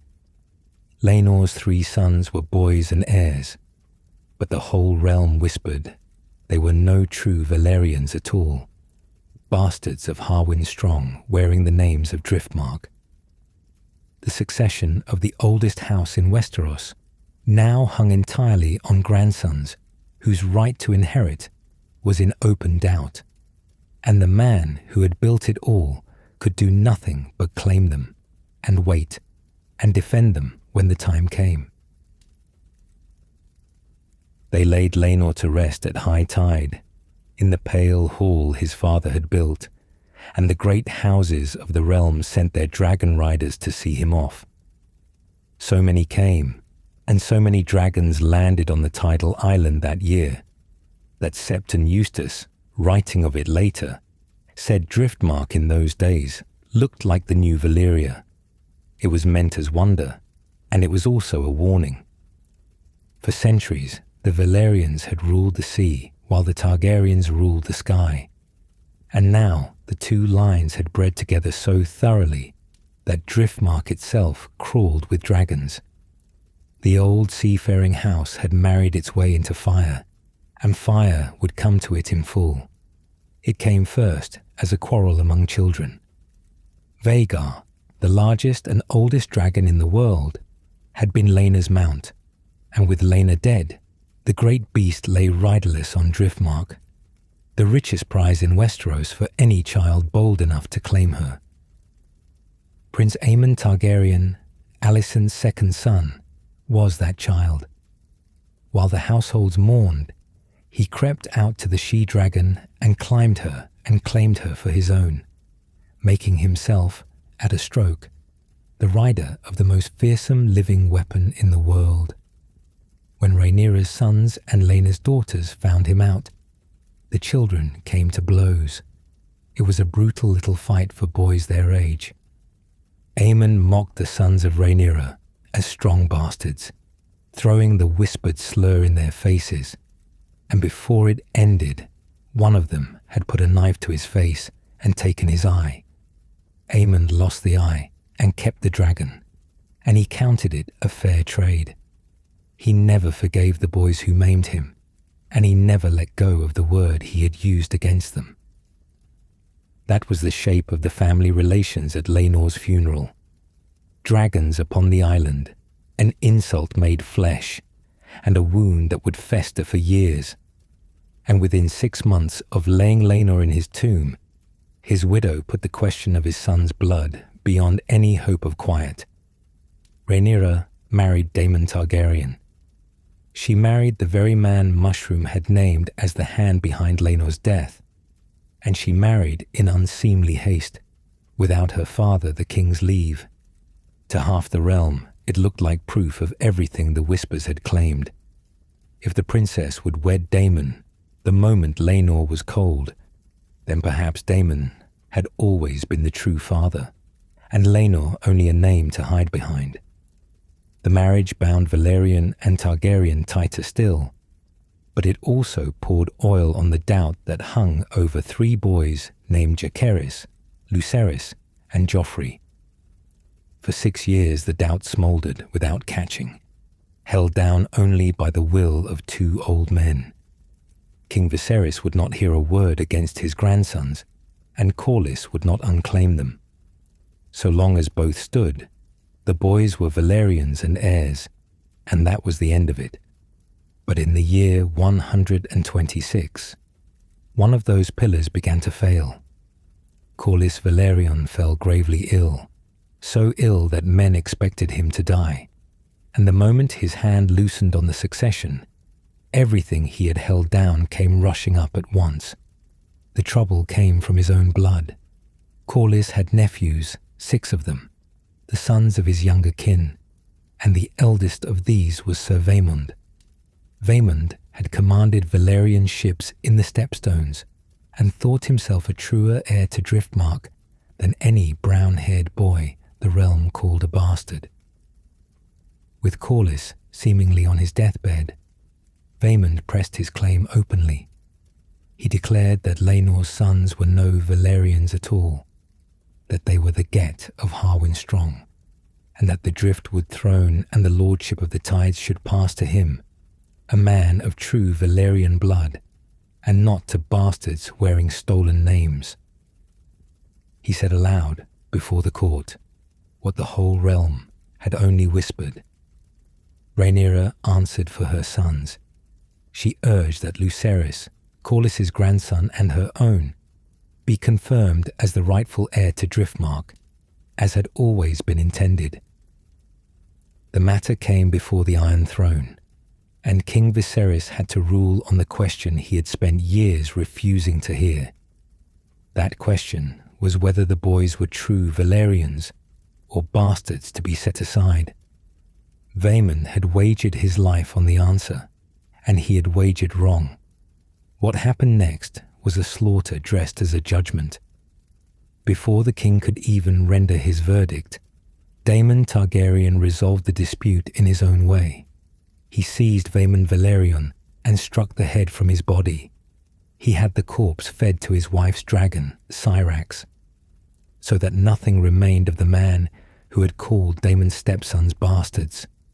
It was murder done in cold blood in answer to words, and it silenced the challenge to the succession by simply removing the challenger from the world. Viserys did not punish it. Instead, the king turned his own wrath on those who had spread the rumour. He had the tongues cut from Vaemond's kin, the men who had dared repeat aloud that his grandsons were baseborn, so that they might never speak the words again. This was how the great question of Valyrian blood was answered under Viserys. The answer was a head fed to a dragon and a handful of tongues cut out at the root. The doubt itself was never disproven.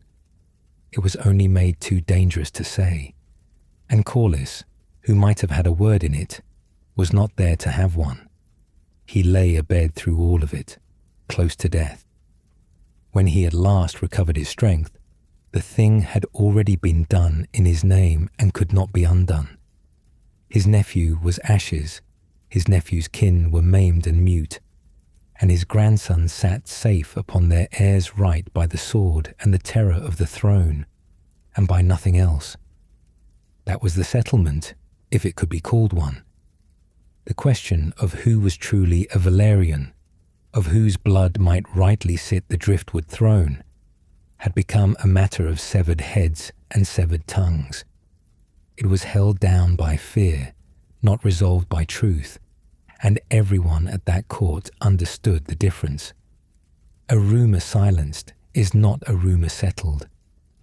The moment the men who feared Viserys and Daemon were gone, the whispers would rise again, and the claim of Laenor's sons would have to be defended with blood on a battlefield.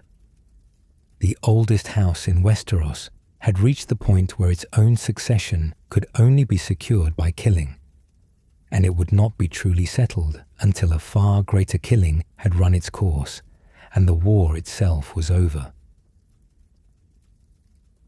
The killing came sooner than anyone at court expected, and it came from the top. In the first weeks of the year 129, King Viserys died in his bed at King's Landing. old and swollen and worn out by the crown he had never wanted to fight over. He had spent his whole reign holding the peace together by refusing to look at the cracks in it. With him gone, the cracks opened all at once. Before Rhaenyra could be told her father was dead, before the ravens could even fly to Dragonstone, the men of the Queen's party moved. Alicent Hightower, her father Otto, and their allies on the small council crowned Rhaenyra's half-brother instead. They set the conqueror's crown on the head of Aegon, second of his name, and proclaimed him king. It was a coup done in a single morning, and it stole from Rhaenyra the throne her father had named her heir to for more than 20 years. When the news reached Dragonstone, the realm had already split in two. The Green faction stood behind Aegon in the Red Keep.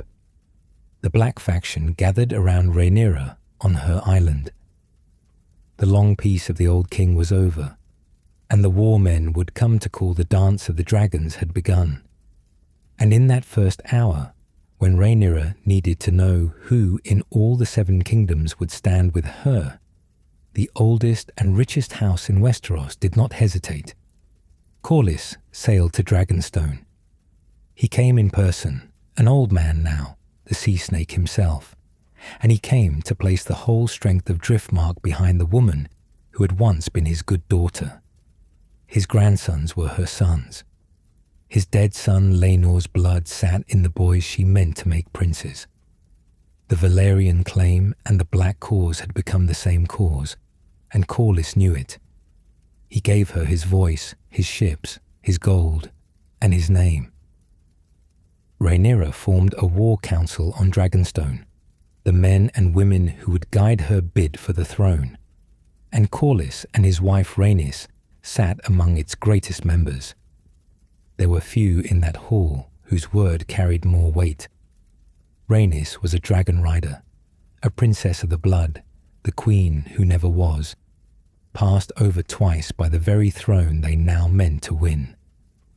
Corlys was the man who had made Driftmark richer than the crown itself. Together, the two of them anchored the council, and what they brought to it was counsel and ships, and the command of every sea lane into the capital. This was the thing that made the Velaryons indispensable in that opening move of the war. More than half of the fighting men Rhaenyra could put in the field were Velaryon men, sworn to Driftmark, and the fleet, the great Velaryon fleet, the bulk of what had once been the Royal Navy, was hers because it was theirs. Aegon and his Greens held King's Landing, the Red Keep, the Treasury, and most of the Crown landlords. But they did not hold the water. Corlys held the water. Whatever else the Blacks lacked in those first weeks, they commanded the narrow sea around the capital, and that command was a Velaryon gift. Corlys meant to use it with a purpose, and here his council showed the difference between the sea snake and the hotter heads around him. There were those on Rhaenyra's council who wanted dragons in the sky over King's Landing at once, who wanted the city taken by fire and terror in a single stroke. Corlys argued against it. He said, in words remembered long after, that they wanted to rule the city, not burn it to the ground. A throne of ashes was no throne at all. He had spent his life building things, towns, towers, a fortune drawn from the far side of the world. And he understood that the crown they were fighting for was worth having only if there was still a realm beneath it when the fighting stopped. He wanted to win the war without destroying the prize. So he offered a strategy of patience, and it was a strategy built on the sea. The Velaryon fleet would close the Gullet, the strait between Driftmark and the mainland through which all traffic into Blackwater Bay had to pass. It would blockade the bay itself and choke off King's Landing from the water. No grain, no goods, no trade, no reinforcement by sea. The greatest city in Westeros fed itself through its port, and Corlys proposed to shut that port like a fist. Let the capital starve and strangle while the blacks gathered their strength on land and in the air. It was the plan of a man who had spent 60 years learning that the sea decides who eats and who does not. Slowly, with no dragon needed, the Velaryon ships began to draw their net across the mouth of the bay. While the fleet took its stations, Rhaenyra settled the matter that Vaemond Velaryon had died over. She named her son Jacaerys, the eldest of the 3 doubted boys, as her heir. The grandson of the sea snake, the boy given the oldest name in the Velaryon line, was now the acknowledged heir to the Iron Throne itself. Every slight the house had swallowed, Rhaenys passed over, the unborn child passed over, Laenor passed over at the Great Council, was answered in that single act. If Rhaenyra won, a Velaryon would sit the throne of the 7 kingdoms, and Driftmark would at last stand where it had always believed it belonged, at the very summit of the realm. But first the black cause had to be built, ally by ally, and for that Rhaenyra turned to those same grandsons. They were dragon riders, young and quick and bound by blood to the greatest houses of the realm, and she sent them out into the storm as her envoys.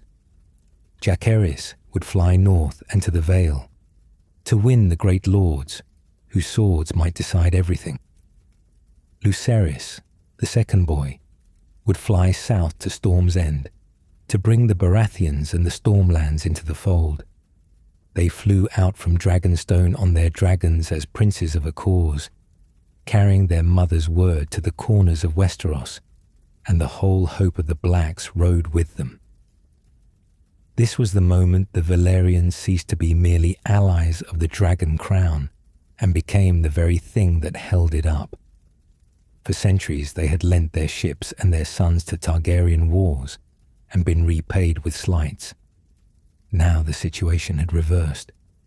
Rhaenyra's cause could not float without the Velaryon fleet, could not march without the Velaryon men, could not pay itself without the Velaryon gold, and its very heir was a Velaryon boy. The richest and most powerful lord in the realm had thrown Driftmark's full weight behind her, and in doing so had made his house the essential pillar of the whole enterprise. And that was precisely why the war would cost them everything. A house that lends a little bleeds a little. A house that stakes its fleet, its fortune, its men, and its own grandson stands to lose all of it at once. Corlys Velaryon had chosen his side with his eyes open, but he had not yet learned the price. The first payment would come out of the flesh of the boys he had just sent into the sky. Jacaerys flew north, and he flew well. He was the eldest of the 3, the heir to the throne now, and the weight of the cause sat on his shoulders as he crossed half of Westeros on his dragon Vermax. He went first to the Eyrie, and Lady Jane Arryn gave him the Vale.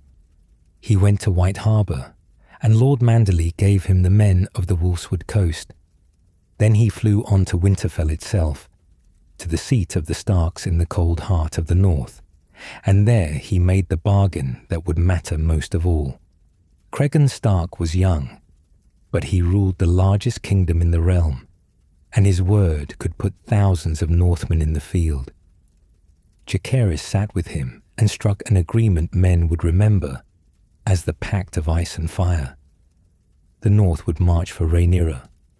In return, a daughter of Rhaenyra's line would one day wed a son of House Stark, binding dragon and direwolf together for a generation to come. It was a masterful piece of work for a boy his age, and it delivered the single greatest army the Blacks would ever have. Jacaerys had gone out as an untested prince of doubted blood, and he had come home having won the Vale, White Harbour, and the North. Whatever the whispers had said about Harwin Strong, the boy had proved himself a true envoy of the Dragon Queen and a Velaryon worth the name. Lucerys was not so fortunate. He was the second son, 13 years old, and his errand was gentler than his brother's. He flew south to Storm's End on his young dragon Arrax, sent only to remind Lord Boros Baratheon of old oaths and to ask him to stand with Rhaenyra. It should have been a simple thing, but the Greens had thought of Storm's End too, and they had gotten there first. When Lucerys landed at the great seat of the Stormlords, he found another dragon already crouched in the yard, a dragon so vast it dwarfed his own. It was Vhagar, the oldest and largest living dragon in the world, the mount that had once carried Queen Visenya into the conquest. And on Vhagar's back was Aemon Targaryen, Rhaenyra's one-eyed half-nephew, the boy who had lost an eye at Driftmark years before and never forgiven the Velaryons for it. Aemon had come to court Boros Baratheon's daughters and win the Stormlands for the Greens, and he had come on the deadliest weapon in the sky. Boros gave Lucerys nothing. He had already all but pledged himself to Aegon, and he sent the boy away with hard words and empty hands. But Aemond was not content to let him simply go. In the hall, before the whole Stormlord court, he goaded the younger boy. He called him strong. He named him bastard to his face, the old poison the Velaryons had bled over, and he demanded that Lucerys give up an eye to pay the debt of the eye Aemond had lost. It was Boros himself who kept blood from being spilled under his roof, refusing to let murder be done in his hall. Lucerys was allowed to leave, but a storm had risen over Shipbreaker Bay while the boy stood in that hall, and into it he flew, small and frightened, on a dragon still half-grown. Aemon mounted Vhagar and went after him. What happened over the water was a slaughter, not a battle. Arrax was a young dragon, and Vhagar was a monster 180 years old, and against her, the smaller beast had no chance at all. In the wind and the rain above Shipbreaker Bay, Vhagar took Arrax and the boy on his back, and neither was ever seen alive again. Lucerys Velaryon, 13 years old, envoy of his mother's cause, fell into the sea. It is said Aemond had not truly meant for it to go so far, that in the fury of the chase his old dragon slipped his control and did what old dragons do. Whether that is true or not, the thing was done. A prince of the realm had been killed by another prince, dragon against dragon, and there was no taking it back. Up to that hour the dance had been a war of ravens and proclamations, of councils and blockades, a struggle fought with words and threats. The death of Lucerys ended that. Word of it reached Rhaenyra on Dragonstone, and the answer she and her new husband Daemon set in motion was blood for blood. From that moment the war left the page and took to the sky. Lucerys was the first prince to die, and his falling turned a quarrel over a crown into a slaughter of dragons and the men who rode them. The grief of it struck Driftmark's blood hardest of all. On Dragonstone was the youngest of the three brothers, Joffrey Velaryon, still a child, and when he learned his brother was dead, he did what a boy of that house would do. He went for a dragon. He meant to fly, to find Aemond, to avenge Lucerys himself, and he would have died doing it as surely as his brother had. It was his own grandparents who stopped him. Corlys and Rhaenys, old as they were, laid hands on the boy and held him back from the dragons by force. They had already lost Laenor and Laena, both their children, one of their grandsons. They would not let the last of the boys throw his life into the same fire. So they held him and kept him on the ground, and the house did not bury a fourth child that season. There was a further thing that happened in those days, if the rumors are to be believed, and it says much about who truly held the Black cause together. Rhaenyra, they say, was so broken by the loss of her son that for a time she could not govern at all. She sank into grief and could not rise from it, And while she mourned, the war did not stop. Someone had to command it. And so, the real direction of Rhaenyra's cause passed for a time into the hands of Corlys and Rhaenys Velaryon. The old sea snake and the queen who never was ran the war while the queen wept. Whether or not the tale is exact, it points at a truth that ran through the whole conflict. When the Dragon Queen faltered, it was the Lord and Lady of Driftmark who kept her cause standing. This was the bitter proof the Velaryons had waited a generation to see. The 3 boys of Laenor's marriage had been whispered about their whole short lives. Bastards, men had said, unfit for the Driftwood throne and unfit for the crown. Vaemond had died calling them that. But when the test came, the doubted boys did not run and did not flinch.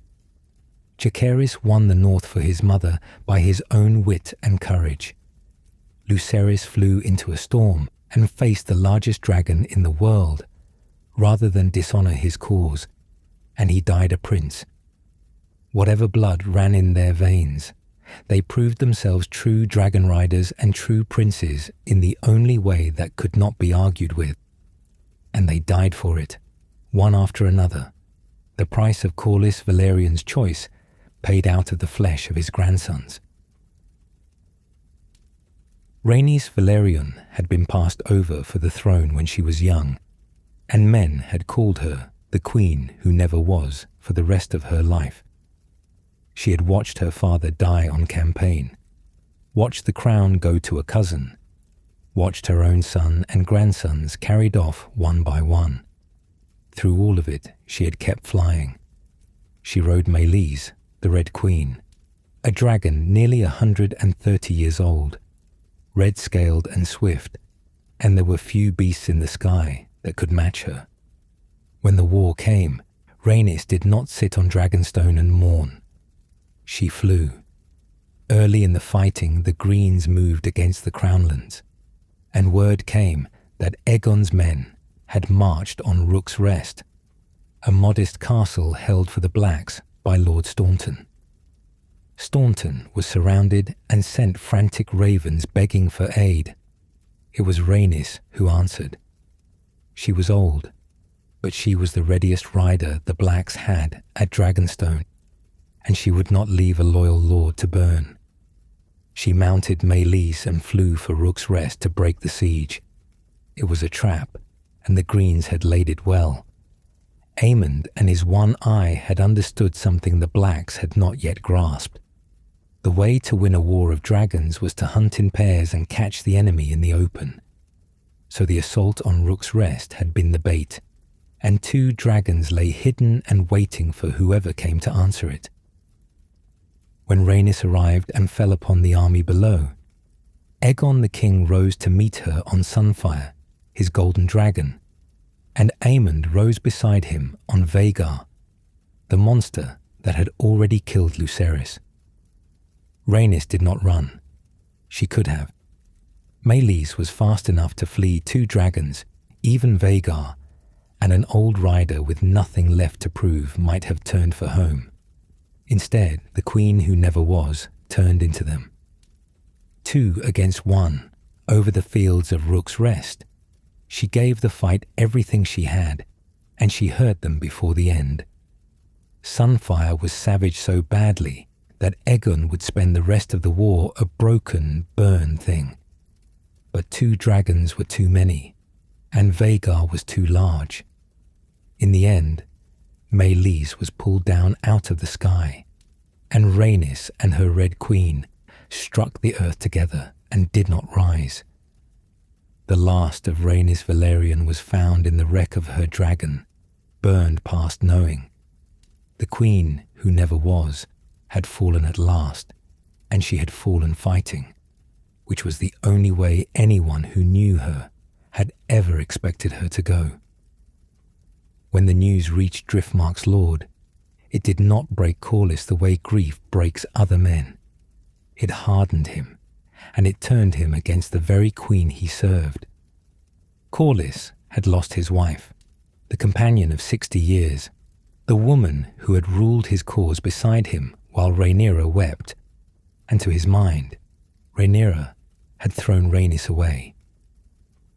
The heart of his anger was this: Rhaenyra had forbidden her surviving sons to fly to war, keeping the young dragon riders close and safe on Dragonstone. And so, when Rook's Rest called for aid, there had been no one else to send. Corlys believed that if Rhaenyra had loosed her riders, Rhaenys would not have gone alone to face 2 dragons with no one at her back. In his grief, he blamed the queen for his wife's death, and he did not hide it. The rift that opened between Driftmark and Dragonstone in those days was as dangerous as any green army. Corlys Velaryon was far more than a grieving old man. He was the richest lord in the realm, the master of the fleet that gave Rhaenyra command of the sea, the lord whose men made up more than half her host. His loyalty had never been a small thing to lose. If the sea snake turned cold, the blockade might loosen, the ships might drift home to Driftmark, and the whole black cause might come apart at the water's edge, where it was strongest. Rhaenyra had already lost her mother by marriage and her son of this war. She could not afford to lose the Velaryons too, so she did the one thing that might hold him. Rhaenyra named Corlys the Hand of the Queen. It was the highest office in the realm below the throne itself, the seat of the man who spoke with the ruler's voice and governed in the ruler's name. For a house that had been passed over 3 times in a decade, scorned at the Great Council, snubbed at a royal wedding, it was the honor the Velaryons had always been denied. Rhaenyra put the chain of the hand around the neck of the sea snake, and in doing so, she bound him back to her cause with rank alone. Corlys took it. Whatever his grief, he was too old and too clear-eyed to walk away from the war with the Green still standing and his grandson's cause unfinished. He accepted the office, and the fleet stayed, and the alliance held together by a thread of office rather than trust. And this is the truth of Corlys Velaryon, that the whole war kept proving over and over. His loyalty was never given freely and never given forever. It was a debt, and it was always tied to the same single question. Did the crown honor the blood of his house or not? When the Iron Throne passed over Rhaenys as a girl, Corlys had resigned his offices and gone home to Driftmark in fury. When it passed over Laenor and Laena and the boys, he had turned against the crown he built and thrown in with Daemon. Now the crown he served had let Rhaenys die alone in the sky, and the old grievance woke again in him, older and deeper than any oath. The death of Rhaenys was a debt he would carry to the end, and it would colour everything he did in the war that remained. For the moment, though, the two of them set their grief aside and bent to the work in front of them. Corlys as Hand and Rhaenyra as Queen turned their minds to the prize they had wanted from the first, the city on the Blackwater where the false king sat his father's throne. The blockade had done its slow work, choking King's Landing of trade and food, and now the time was coming to move from strangling the city to taking it. Together, the Sea Snake and the Dragon Queen began to plan the assault that would put Rhaenyra on the Iron Throne. It was the closest the Blacks would ever come to winning outright, and it was built, like everything else in the Black cause, on the ships and the wealth and the will of a house that had already buried a wife, 2 children, and 2 grandsons for the sake of a crown that had never once come freely to its hand. The Blacks had one advantage the Greens could never match, and it was sleeping in the smoking caverns beneath Dragonstone. There were dragons on that island with no riders. Old beasts, wild beasts, dragons that had never borne a man on their backs and had made their nests in the dark of the mountain, every one of them was a weapon of war lying unused, while the Greens flew Vhagar and Sunfire against the Queen's cause. It was Jacaerys, Rhaenyra's eldest and the newly named heir, who saw what had to be done. If the Blacks could put riders on those dragons, they could put whole armies to flight. So he made a decision that would echo through the rest of the war.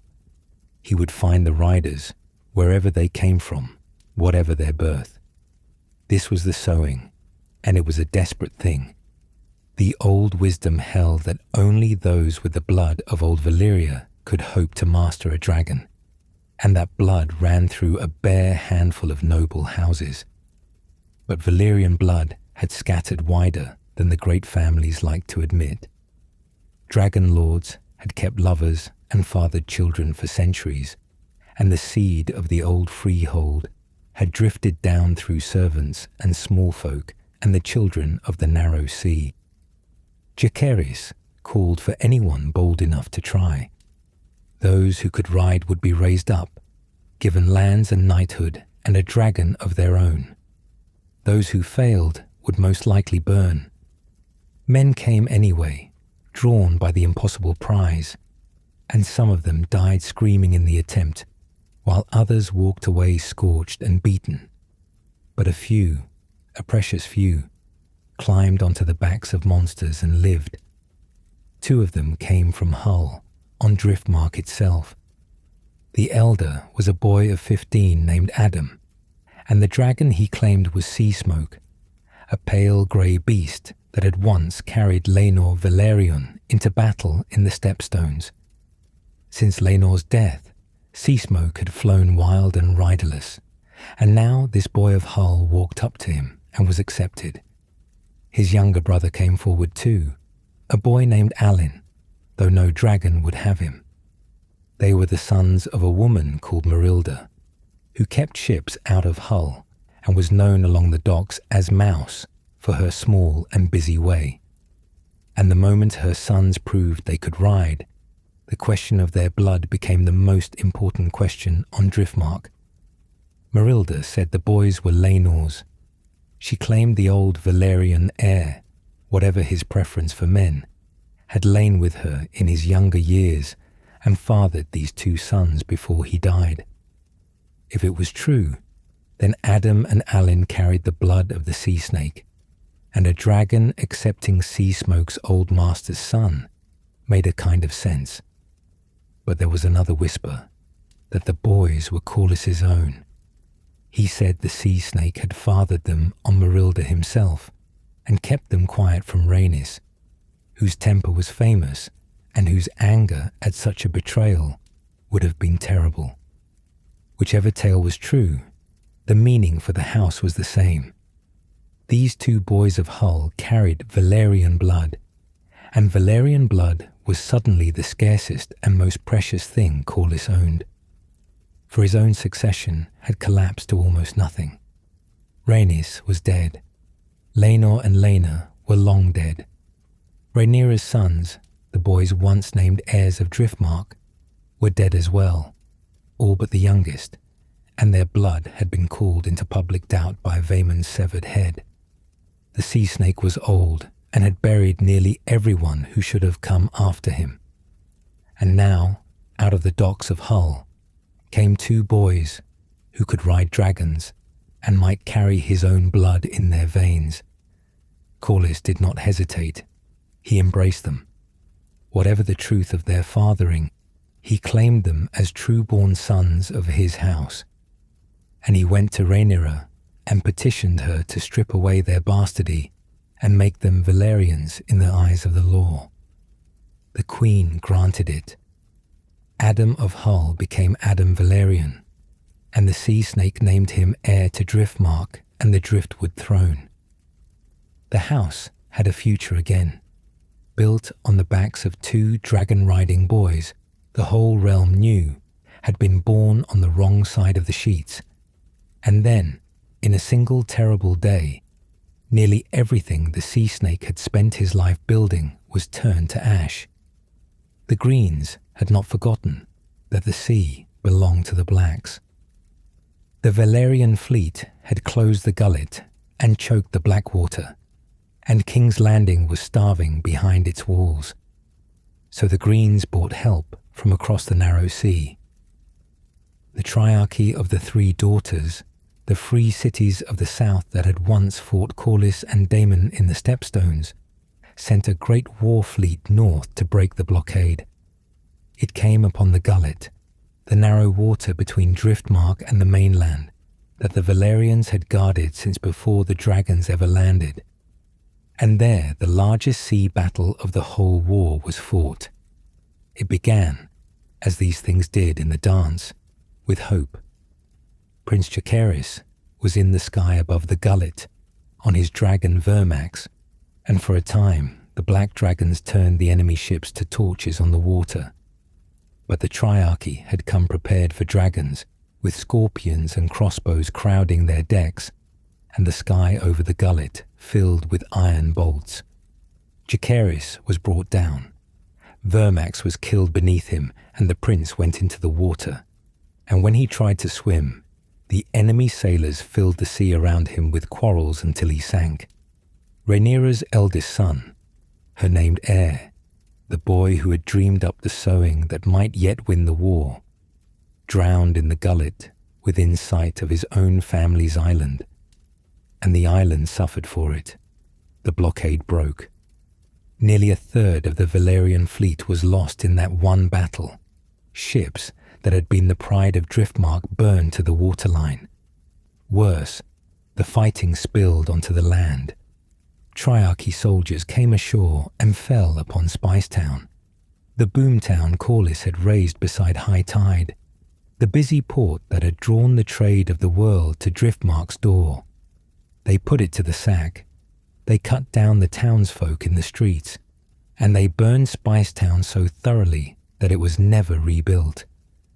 Then they came to high tide itself, the pale castle of silver rooftops that Corlys had raised to house the Driftwood throne, the monument meant to make Driftmark the equal of any seat in the realm.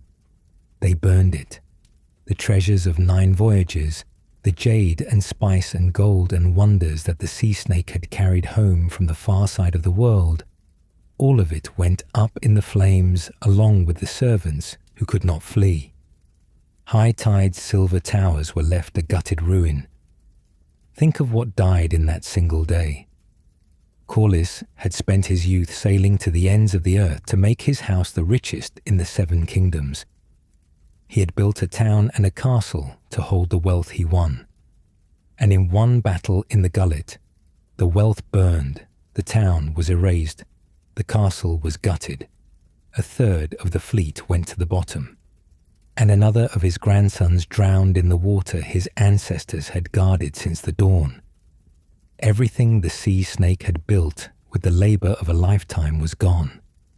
The whole future of the house now rested on 2 boys from the docks of Hull, whose birth the realm still whispered about.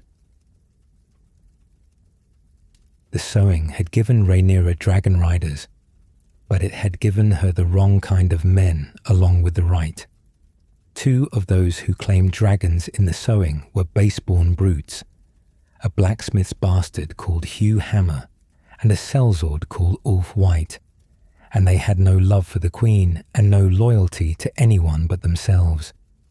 When the tide of the war seemed to turn, they turned with it. At the field of Tumbleton, they went over to the Greens, betraying the queen's cause and loosing their dragons on her own men. 2 of the wild riders she had raised up out of nothing had sold her the moment it profited them. That treason broke something in Rhaenyra. She had lost her father's crown, her sons one after another. And now the low-born riders she had gambled on had proved false. In the ruin of King's Landing, she grew suspicious of everyone around her, and her suspicion fell, of all people, on Addam of Hull. He was baseborn like the traitors. He had claimed his dragon in the same desperate sowing. To a queen who saw betrayal in every shadow, that was enough. she resolved to have Addam Velaryon arrested, on nothing but the suspicion that a man of low birth who rode a dragon might do as Hugh and Ulf had done. Corlys was on her small council, and he objected with everything he had. Addam was no traitor. He was the sea snake's own named heir, the future of House Velaryon, a boy who had done nothing but fight for the queen. But Rhaenyra would not be turned. She had made up her mind, and the old lord's protests fell on deaf ears. So Corlys did the only thing left to him. He got word to Addam in secret and warned him that the queen meant to seize him.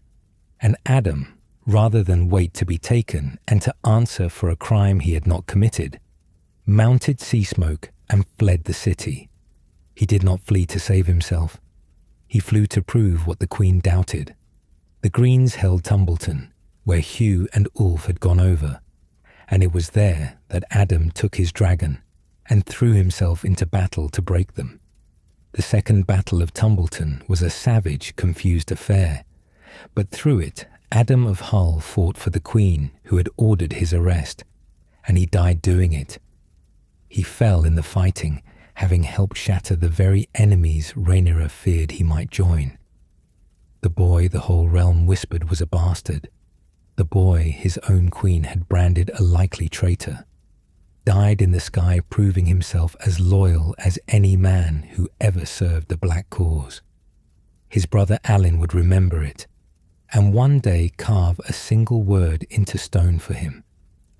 Rhaenyra's answer to Corlys was worse than ingratitude. When she learned the old lord had warned Addam and helped him slip away, she named it treason. The sea snake, the greatest lord of her council, the man who had given her his fleet and his fortune and the blood of his own grandsons, was seized on the queen's order and thrown into a cell beneath the Red Keep. There he sat, an old man in the dark, while the cause he had held together came apart above him. For the Velaryon fleet did not sit idle while its lord rotted in a dungeon. The ships were the queen's greatest strength, the sea power that had strangled King's Landing and kept her cause alive. But the men who crewed them were Velaryon men, sworn to the sea snake and to Driftmark, and owing nothing to a queen who had imprisoned him. When word reached the fleet that Corlys had been cast into a cell, its loyalty snapped. The Velaryon ships slipped their moorings and abandoned Rhaenyra. In a single stroke, she lost the navy that had been the backbone of her whole war, and she had lost it by her own hand.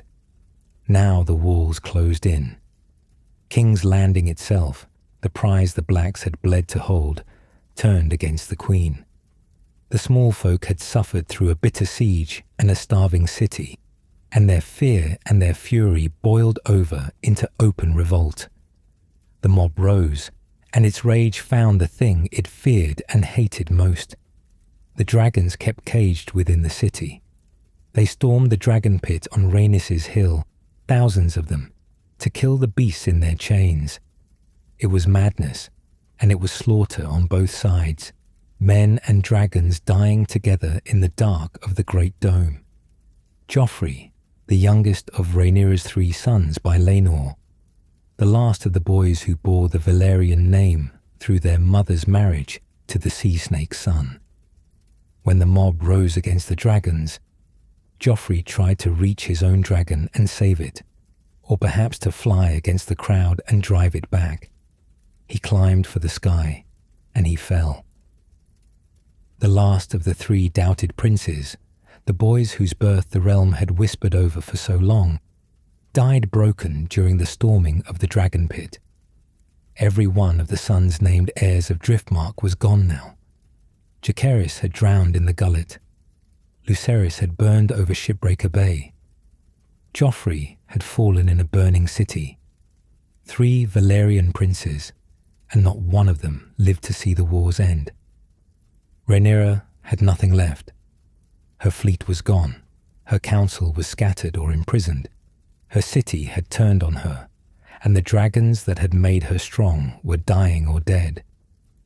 She fled King's Landing for the one place that had ever been truly hers, the island fortress of Dragonstone where her house had first taken root in Westeros.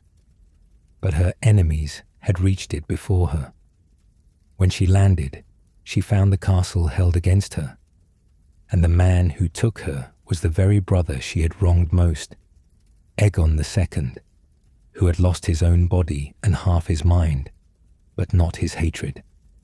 On his dragon sunfire he had her brought before him, and there, on the shore of the island that had been the cradle of her line, the queen who had fought for the throne her father promised her was fed to the dragon, while her surviving son was made to watch.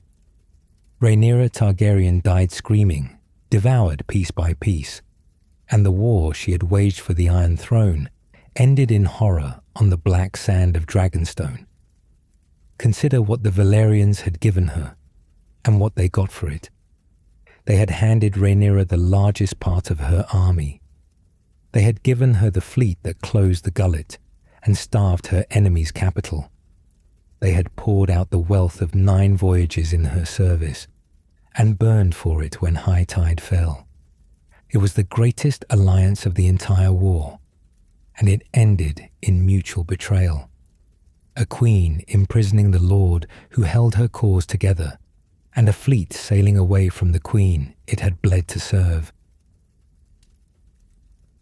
Corlys Velaryon was still in his cell beneath the Red Keep when the war shifted around him again. Rhaenyra was dead, but her death did not end the fighting. King's Landing had been passing from hand to hand in those mad weeks, ruled by a shoemaker's prophet and a mob and a broken king in turn, a stretch men would later call the Moon of the Three Kings.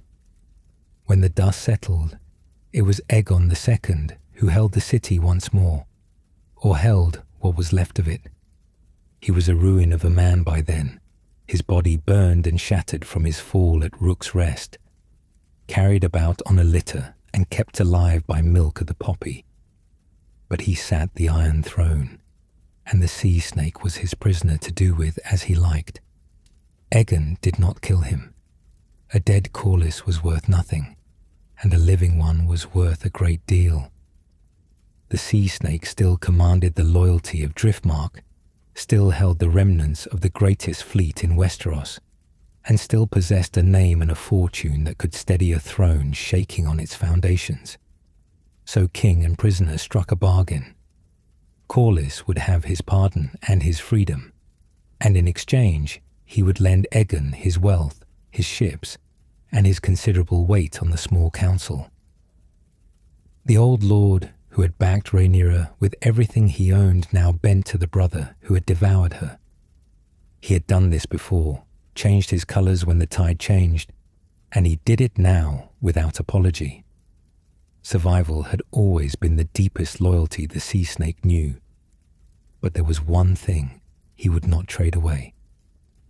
Aegon II wanted the boy dead, Rhaenyra's surviving son, the child called Aegon the Younger, who had been forced to watch his own mother fed to a dragon. To the king, he was a threat, a claimant of the Black Line who would one day be old enough to raise a banner. The simplest thing was to have him killed. Corlys refused to allow it. He set the boy's life as a condition of his support, and he named the price of it plainly. The child would not die. Instead, he would be betrothed to the king's own daughter, binding the 2 broken halves of the shattered dynasty together in the next generation. Aegon, who needed the sea snake more than he needed the boy dead, agreed. And so, a Velaryon lord, sitting on the council of the man who had killed the queen he served, quietly kept alive the one child who would end the whole war. He did not have to wait long. Aegon II did not last the year. He died suddenly, poisoned, and the throne he had clawed back was empty almost as soon as he had reclaimed it. There were no more claimants of his line worth the name. His sons were dead, his brother Aemon dead, his half-brother Daeron dead. The Greens had spent themselves down to nothing, and the only living heir of the whole bloody quarrel was the boy Corlys had saved, Aegon the Younger, the son of Rhaenyra. Now the last army of the war came marching south. Cregan Stark, the young lord of Winterfell, had brought the strength of the North down at last to fight for the Black Cause, and he arrived to find that the cause had already won by attrition, its enemies dead of their own poison and madness. When the northern host reached the capital, it was Corlys Velaryon who met them at the gates, with Aegon the Younger at his side. There was no battle to fight. The sea snake surrendered King's Landing without a blow, helped send out offers of peace to what remained of the Greens, and set about the delicate work of ending a war that had already burned itself out. The boy he had kept alive would be king, and the old lord meant to see him crowned. But peace did not come cleanly, and it very nearly cost Corlys his head after all. Cregan Stark had come a long way to make war, and he found instead a city full of men who had schemed and switched sides and poisoned a king while he was still on the road. He would have justice for it before he let the fighting truly end, a brief and bitter reckoning men would remember as the hour of the wolf. Aegon II had been poisoned, and someone had done it. Suspicion fell on the men who had gained the most from his death, and the sea snake was among the first of them.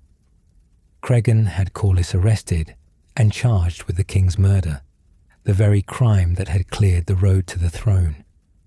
It was a strange turn for the old man to have survived Maegor's age, 9 voyages to the ends of the earth, the loss of every child and grandchild, the fall of high tide, and a dungeon under Rhaenyra, only to face the headsman's block over a poisoning he very likely had no hand in.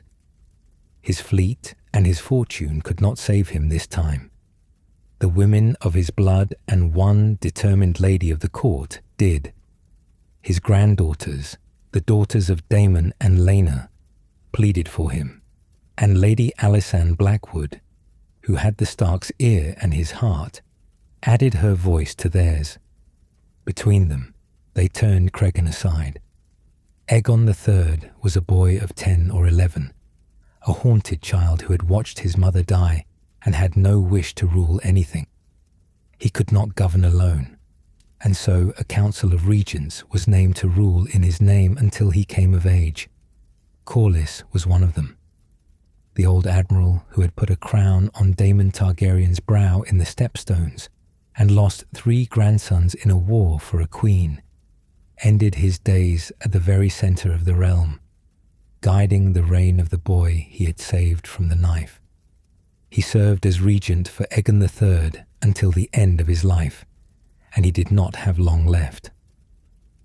In the year 132 after the conquest, Corlys Velaryon died at last, an old man in his bed, having outlived nearly every soul he had ever known.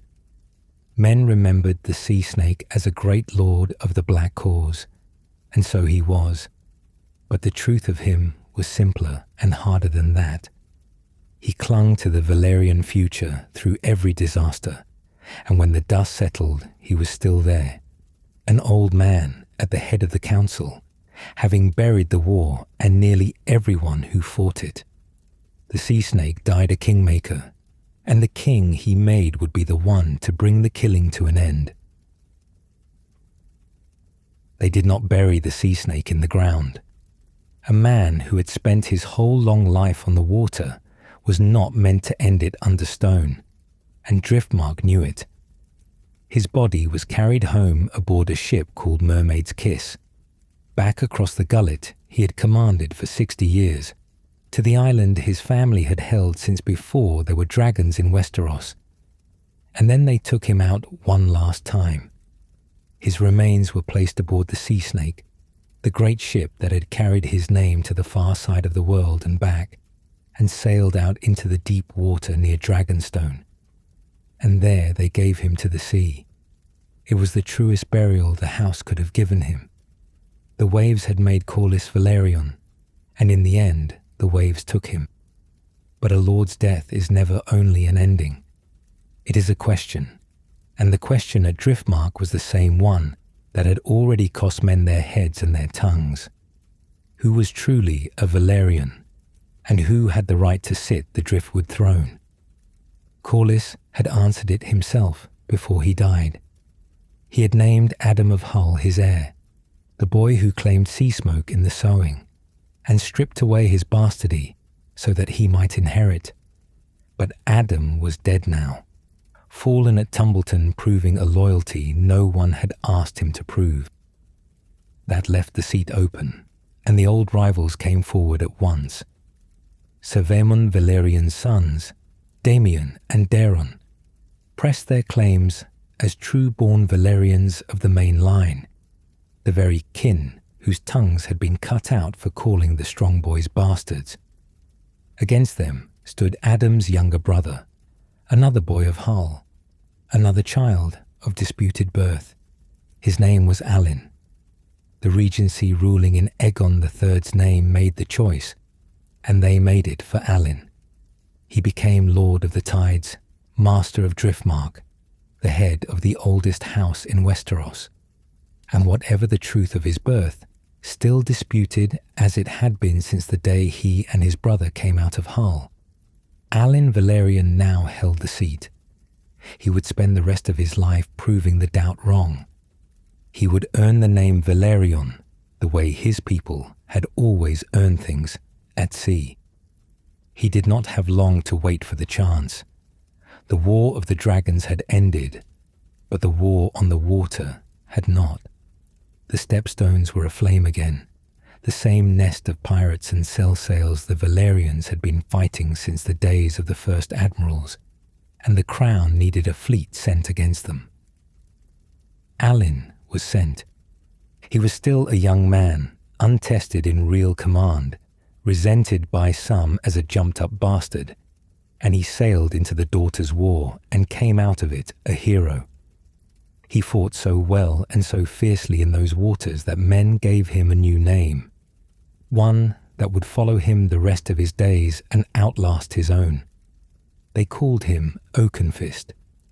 It was the first time in 3 generations that a Velaryon had won glory on the sea instead of losing it there, and the house felt the change like a tide turning.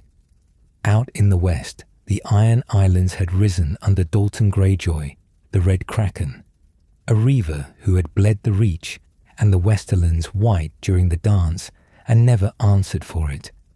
The Regency wanted him broken, and they sent the Oakenfist to break him. Alyn sailed against the Ironborn, though in the end it was not his blade that finished the Red Kraken. Dalton was killed in his own bed at Faircastle by a woman called Tess, and the great rebellion he might have led collapsed with him. Still, it was the second of the campaigns that made Alyn's name. It was only the beginning of a career at sea that would eventually number 6 great voyages, the first Velaryon since Corlys himself to sail into legend, rather than merely toward it. His rise did not come without friction, and the friction came from the top. The hand of the king in those years was Unwin Peake, a hard and ambitious man who had no love for a bastard admiral winning fame and favour. The two clashed.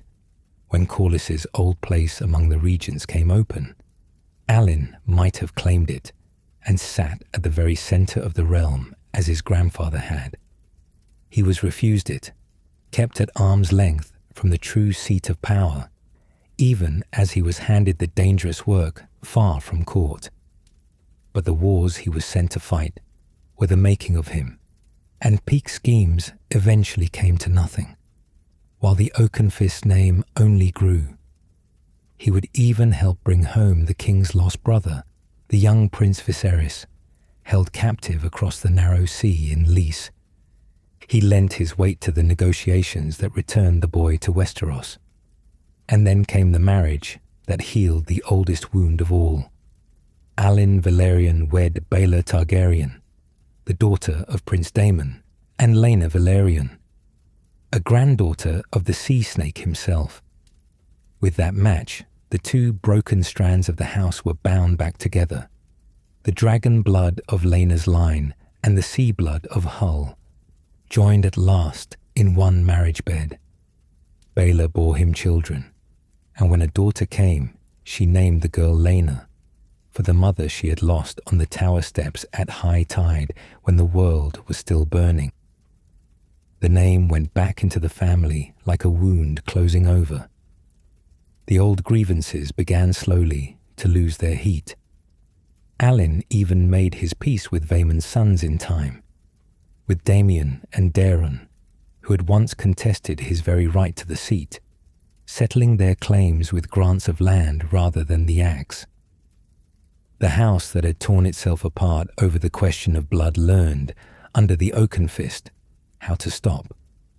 But of all the things Alyn Velaryon did in his long life, the one that says the most about him took only a single word.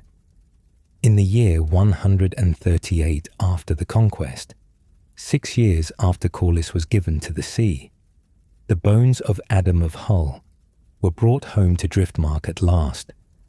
Addam, the brother who had claimed a dragon and been named heir, and then been driven from court by a suspicious queen, who had ridden into his last battle to prove that a boy of doubtful birth could be true. Alyn had his brother laid to rest in a proper tomb on the island of their people, and on that tomb he ordered carved no titles, no lineage, no long account of deeds. He had them cut a single word into the stone: loyal. It was the truest thing anyone in that house ever said about anyone, and Alyn had earned the right to say it because he had spent his own life proving the same word about himself. There was one more thread the house wove into the crown in those years, quiet at the time and vast in its consequences. Aegon III, the haunted boy Corlys had kept alive, took a wife, and the wife he took was a Velaryon, the little lady Rhaenyra, daughter of that same Daeron who had once contested Driftmark. Through her, the sea-green blood of the house passed straight into the royal line. Through her daughter Dina, it would flow onward into a family not yet born, a line of black dragons and rebellion called Blackfire. The house that came before the dragons had put its blood into the throne once more, and no one alive could have guessed what would grow from it. After Alyn Oakenfist, the house entered the long quiet of its history. It was a slow settling back into a smaller shape, gradual enough that no single year could mark it. The Velaryons went on. They held Driftmark, they kept the Driftwood throne. They sent their sons to sea young the way they always had, and they gave the crown its admirals when the crown had need of them. The Silver Seahorse still flew over the largest island in Blackwater Bay, but the age of the sea snake did not come again. No lord of Driftmark ever again crossed to the far side of the world and doubled the wealth of the realm. No Velaryon ever again became the richest man in the Seven Kingdoms, or built a tower of pale stone to rival the seats of kings. The treasures of the East were gone, burned in the Gullet, or scattered in the ruin of Spicetown. Spicetown itself was never rebuilt. Where a boomtown had once drawn trade away from King's Landing, there was only bare ground and the memory of what had stood there. High-tide silver roofs, the monument Corlys raised to make his house the equal of any in Westeros, faded into a name that men spoke of the way they spoke of vanished glories. The house that had been richer than Lannister and Hightower together was simply a proud old house again, distinguished but no longer supreme, wealthy but no longer legendary. Yet the pattern of the house held, unbroken through all those centuries, and that pattern is the truest thing about them. The blood stayed Valyrian, the silver hair and the purple eyes passing down the generations long after the doom and long after most of Valyria's daughters had married their colour away. Their element remained the sea, and their battleground remained the Stepstones, that same nest of pirates and cell sails and broken islands where the first Admirals had fought Sargoso San, where Daemon Targaryen had won and lost a crown, where the Oakenfist had earned his name. Whatever else changed, a Velaryon who wanted glory or grief could always find it in the same stretch of contested water. The house that ruled the sea beneath the dragons kept ruling it quietly, one admiralty at a time, while the dynasty it served rose and fractured and burned and endured above them. For a very long time, the histories say little of them, and that silence is its own kind of survival. Houses that fill the chronicles fill them with wars and treasons and disasters. The Velaryons of the long twilight were not writing themselves into ruin. They were enduring, sworn to Dragonstone, holding their island, doing the work of the fleet, until the day the Targaryen age came to its own violent end and pulled the last lords of Driftmark back into the record with it. That end came under a lord named Montford Velaryon. He held the Driftwood throne in the years when the realm tore itself apart in the War of the Five Kings, and when Robert Baratheon's brother Stannis raised his banners on Dragonstone. Montford answered as his forefathers would have expected. Driftmark had been sworn to Dragonstone for centuries, and Stannis held Dragonstone and claimed the Iron Throne through Targaryen-adjacent right and the colour of legitimacy. The old Valyrian instinct still worked exactly as it always had. When a claimant on that island called the fleet to war, the master of Driftmark brought his ships. Montford took them up the Blackwater Rush in the great assault on King's Landing, and he took them boldly. He favoured aggressive manoeuvres, pressing hard into the mouth of the river where the city's defenders waited. His flagship was called Pride of Driftmark, and she carried him into the narrows between the shores of the bay. There the trap the boy king's men had laid was sprung, and the water itself caught fire. Wildfire, green and unnatural, turned the Blackwater into a burning sea. Pride of Driftmark was caught between Lannister river runners as the flames spread, and she burned with everything on her, and Montford Velaryon burned with his ship. A Valyrian lord died on the water, fighting for the claimant of Dragonstone, exactly as the first Lord Daemon had died in the waters off Gulltown 8,000 years and one long story earlier. The house had come full circle without ever meaning to. His young son Monteris was left the last true Valyrian lord of the line, a child holding Driftmark while the world came apart. But Montford was not the last of the house to sail into the tale.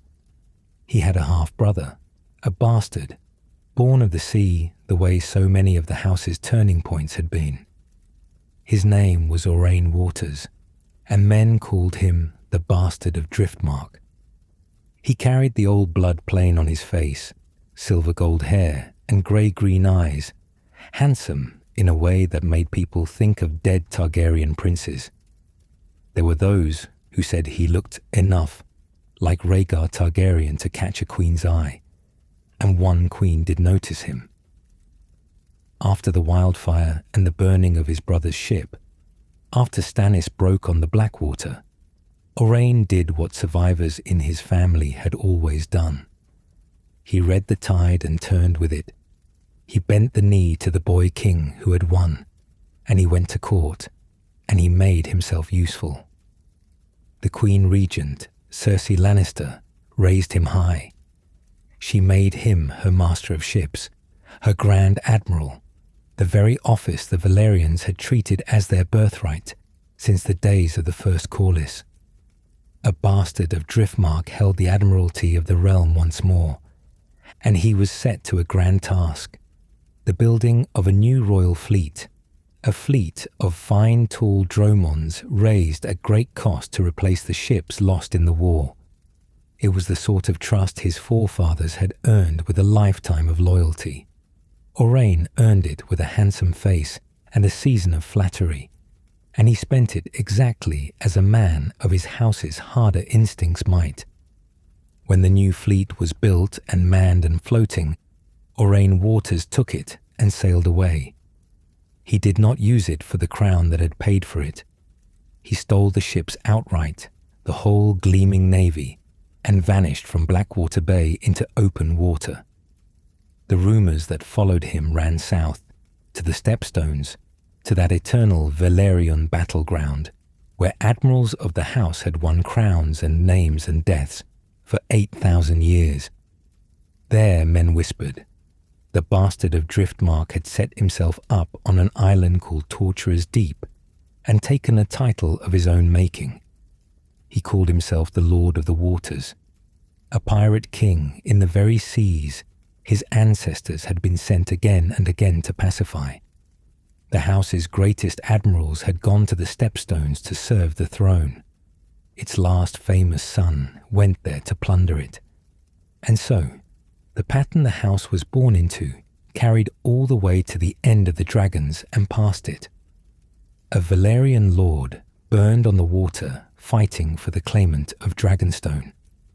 A Velaryon bastard took a stolen fleet to the Stepstones and made himself a king of pirates. The sea that made them never let them go.